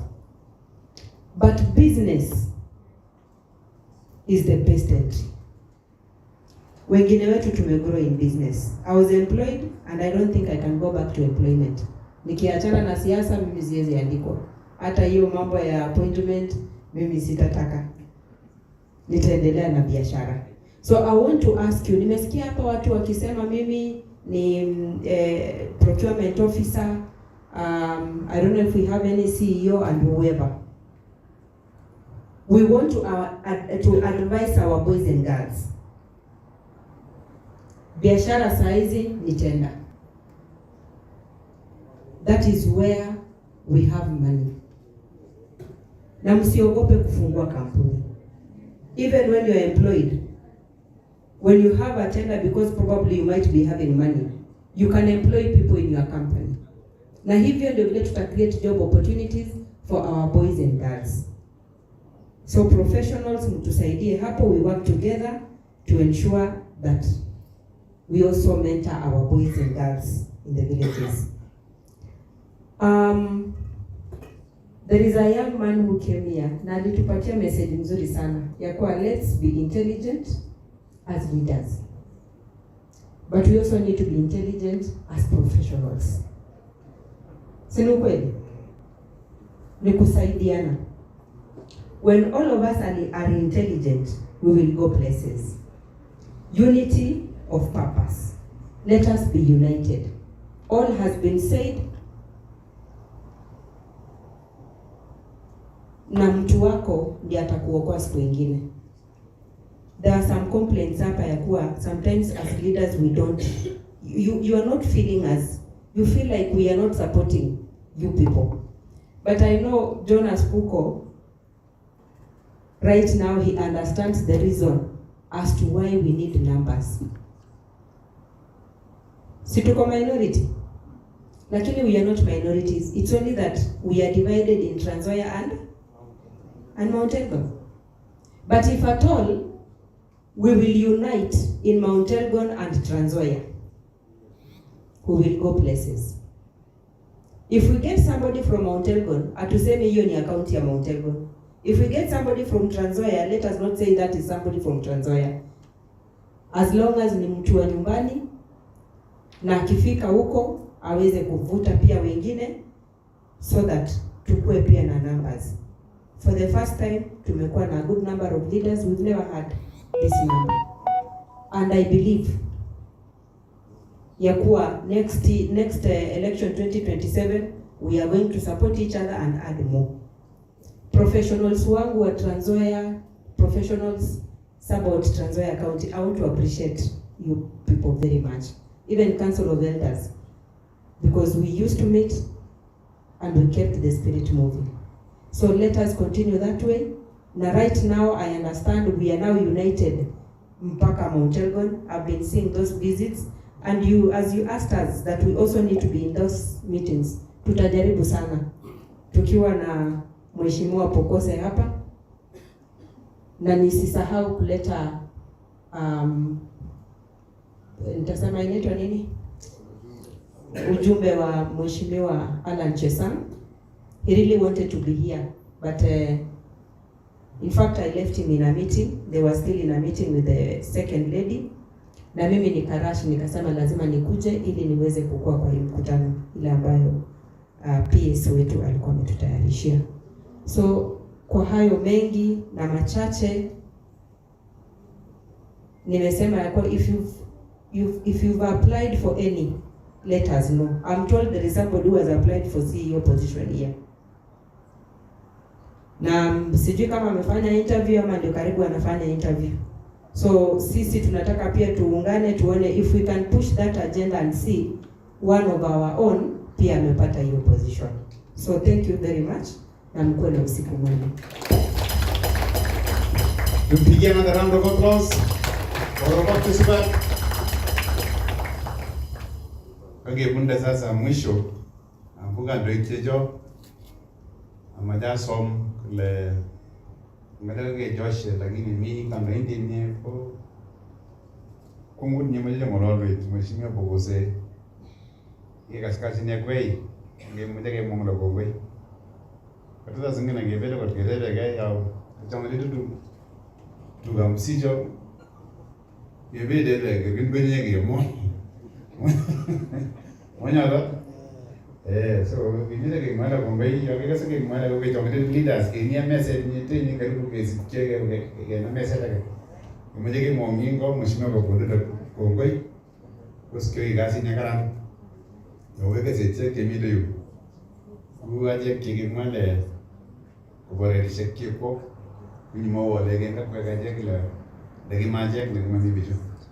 Kinyo kwa ibana kiyongisha kwa dogo ke karibisha mheshimiwa kwa bonta mimi ngose haya waje tienda ni kijana haya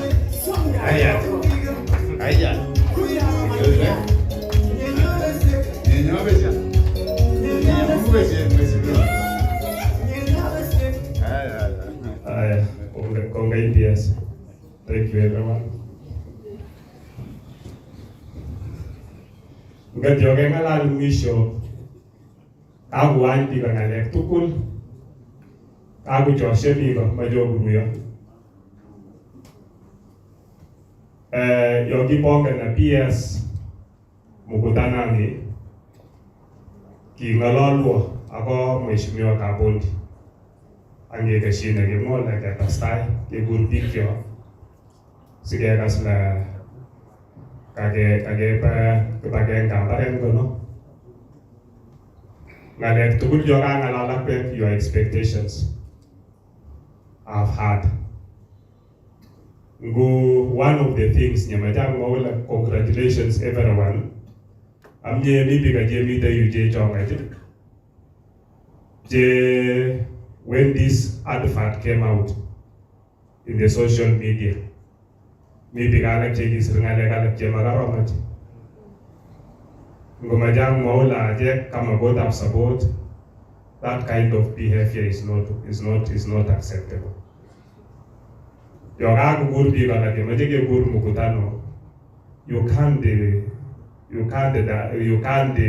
diminish it or look at it as something that is of no substance. But I want to thank each and every one of you. People even posted in the social media with their photos saying I'll attend. And that one, at least it brought some sanity. Picture just social media.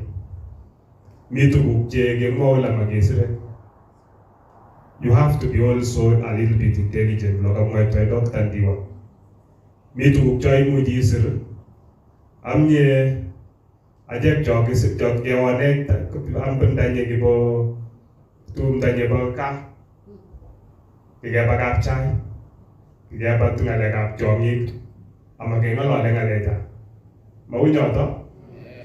So, minga legala kien na magiago picture, jema makinege gesre in the social media. We should be very careful on what we write. Amye ulo gemite kmastap transfer, gemite kmastap Mount Elgon, mimba picture la gemi kamoy kmasinbo charangan. Kmeje West Pokot. So, Magemaji seri bin ngalek jijol kaskila jila. This and this is going on. We must be very careful on what we write. Me to bukje mamu chana ngalale sai. Amye ani ako PS. Kemite one department. Aikwani chairman nyenyi. Me to bukje mage kalda biga jijo. Amulo kemite aje. Again, I actually have become expectations. Go be able to move again and I'll be the more like my kid. I call it. I'll get the markers up when the Julian. I'm going like an engine at Kajet. I'm here last Magical day, I take a story. Me one time, some of just a little story because I'm just almost finishing. Yeah, deputy president. Our current president. Give me picture, give me the Tuamba. Give me president, give me heck. Kele kino mubiju la nyamye ki kubur biga yo, taki nyagili ki kubur sukulu yo. Kebetulan lenjo, kesat tugu tijo, sekarang selaga kino mubiju ambare tu kano. Kujo ne heck, sugar na Kenyatta. JKI kena helicopter kijoni uli. Kami biga jegi mi kimaja kusuyu, kimaja karakter mi tijo mende kino. Kala lazima kaya kasla. Ada emi gini gebonu, ataje kikwe bonet. Gebona pen kome barami takpek IDP camp lane. Dagi gemo la sasa kaya kwache gitu ya kita lagi lapsi kaya ngale tijo dagi beti uli. Dagi nge tos pi tijo. Kime mu tos. So, me nga leke mu jeki ange kasle agi gal la gambare tangono. Yeti nye bigo tijo mi marwani Paul Famba mi director marwani ba administration am office of the president. Sa very senior man. Level nye go nyoba county commission. Even above. Me tu je mu jege ba oge som yo to angugal ambulin paka. ndo kaki kundinyo mama kinige tike ba ke ukala go ke sura da mtandao ke bishanege debi tijojo ikose kusura dinga le tijola yo ke ka sumba saita ke tebe la somaro nye go sura ngale ju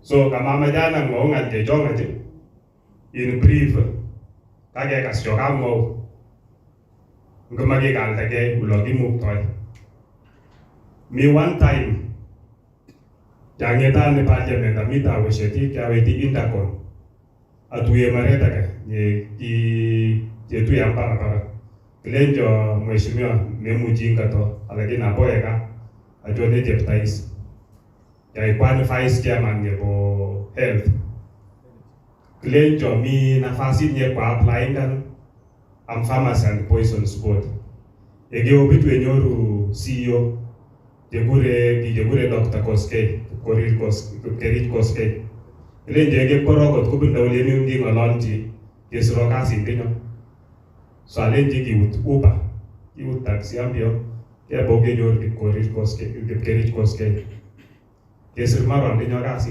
paka sai me cancer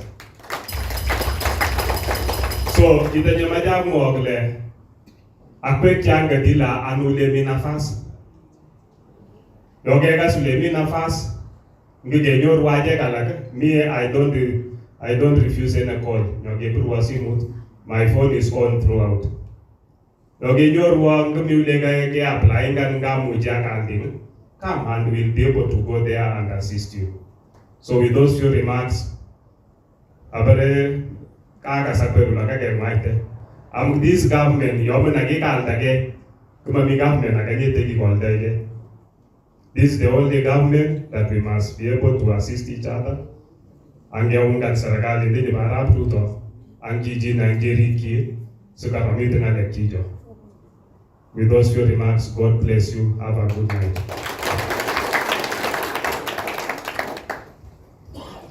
Turo patikanda indeni nyo.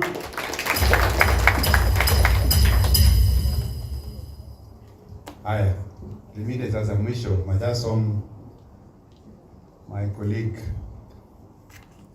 Paul Famba to go next vote of thanks. In the meal, I will make an announcement. Ngabur Cheponyamtai to Gargo Maombi. Wait for. Thank you very much, PS. I think, ladies and gentlemen, we've had a great occasion. Looking at all of you, it shows the determination all of us have in making a difference in Mount Elgon. To our leaders, PS Harry Kimtai, thank you for making this possible. To our political leaders, the deputy governors who are here, the great ladies, it is really wonderful. I don't think the girl child is still endangered anymore when we have two deputy governors.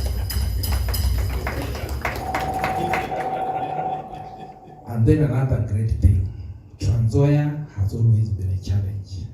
Trans Nzoia is difficult. Ask Mheshimiwa Kugo, unajaribu unapata imekuepa. Unajaribu unapata imekuepa. This lady, Mheshimiwa Lilian, it is a miracle. You made it. Congratulations. Let us keep shining. Let us make a difference in our community. You hear about unemployment.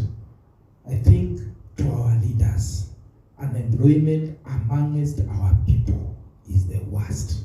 It's much more serious. In fact, it is a crisis. It's a crisis. During introductions, I heard about the strong credentials, the strong academic qualifications people have. But still, we don't have jobs. As our leaders, we just require a Marshall Plan. As we look at the secondary schools in Mount Elgon, or in the Sabaot region as a whole, let us also look at the primary schools, because they are the ones that feed the secondary schools. What type of learning is going on in those primary schools? Whenever results are announced, and you look at the number of A's, the number of quality grades that have been gotten, yetu unaweza kuhesabu tu na vidole. Sema so, kawine, you go to some schools in Central Region, shule moja imepata A's ambayo inashinda zetu zote. What direction are we going? Our leaders, this is a wake-up call. Thank you very much for making this possible. I can assure you, as professionals, we are going to support you and we are going to make this work. Thank you very much and God bless you.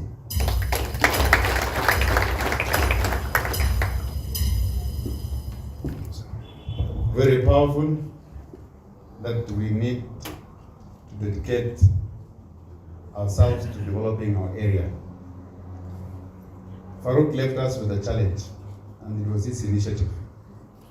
I have his 100,000. Tomorrow, 400,000, total 500,000. Target professionals, 1.5 million. We have here, Kedinya Bio, already 500. So a million, but we do manabaje, we do kweli. The number nyingine ambayo 07 amoja wasir number na mwanzo ya hotel M-Pesa mida M-Pesa bill or the number 0721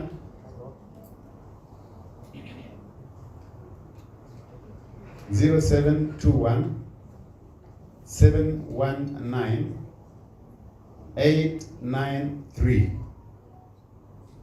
That number can work for now.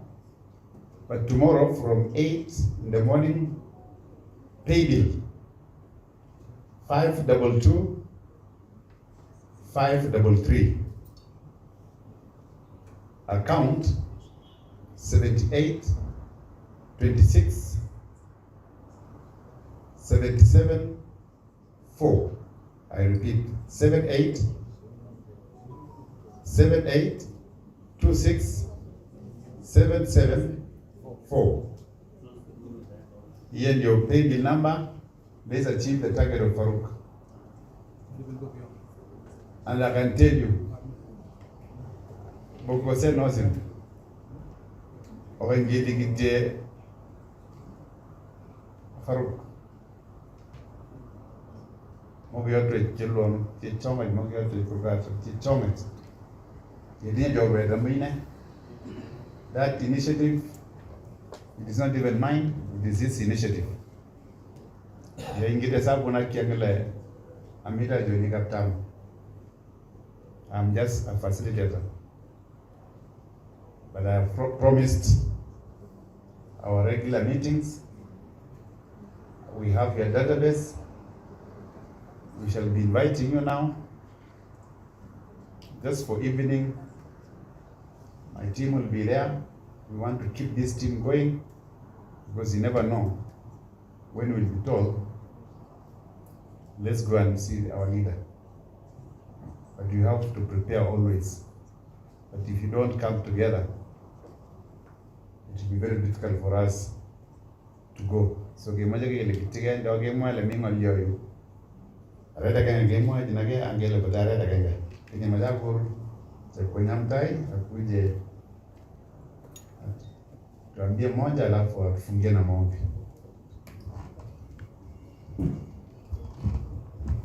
Asante sana.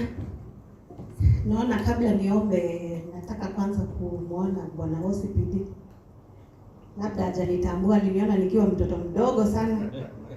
Huyo ni my first cousin. He's my first cousin. So wakati nilisikia comedy yeye amekaba na security hapa, I knew I must do something. So I'm glad I was allocated the opportunity to say a prayer. And without wasting any much of your time, allow me to just proceed to prayer. And I kindly request you to rise so that we can say a prayer.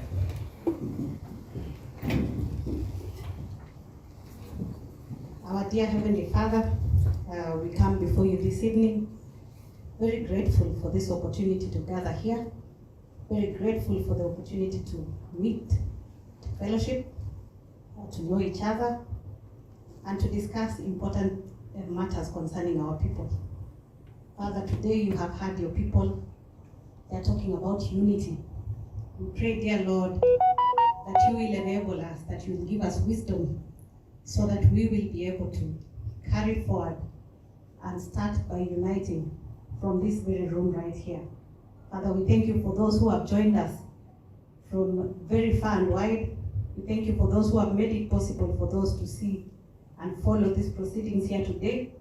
Thank you, dear Lord, and may they also be touched by what has happened here tonight, and may they also be moved and be pushed forward to unite together. We have heard what our leaders have planned for us. We pray, dear Lord, that you will give them wisdom, that they may carry forward what they have committed to do, that they will be provided with resources, that we, the professionals that have gathered here, will continue to get the resources to help our people back at home. Father, I pray for those who have organized this event. We pray for them, for them to get more energy to keep organizing us. May they not be tired. May they be encouraged so that we can continue to unite as a community. Thank you for the hotel. Thank you, dear Lord, for the food. Thank you for even the ability for us to be here, for the little resources that you enabled us to travel far and attend this great event. Thank you, dear Lord, as we end this event. For those who are going to travel, we pray for journey mercies. We pray that you will protect them and you will guide them in their journeys, unite them with their families, keep them safe wherever they go. And I pray this, trusting and believing in the mighty name of Jesus Christ our Lord. Amen.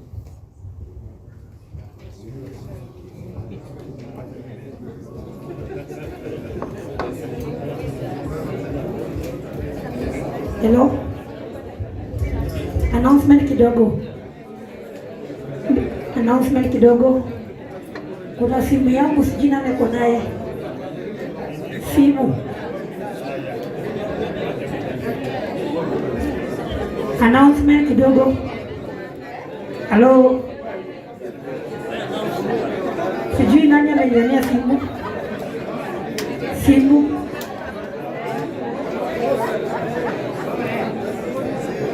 Hello?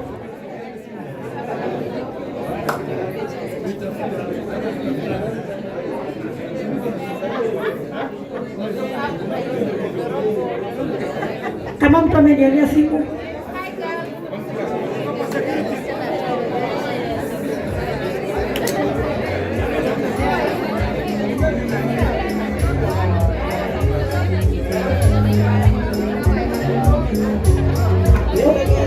DJ, ngoja kidogo. Tafadhali naomba, kuna simu Samsung.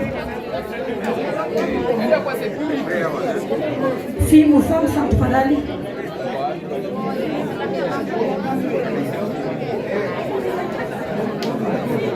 Wapi jamaa? Ndio namtafuta.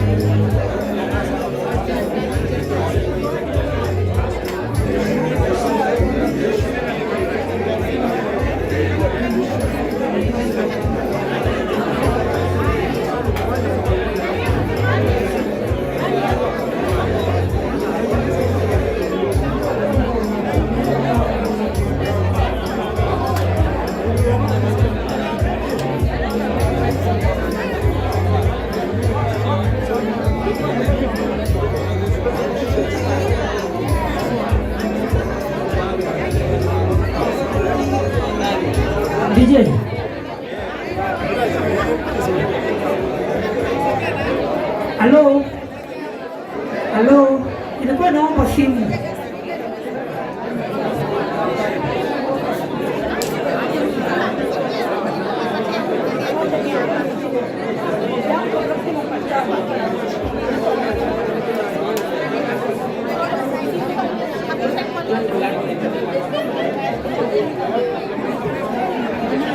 Mama,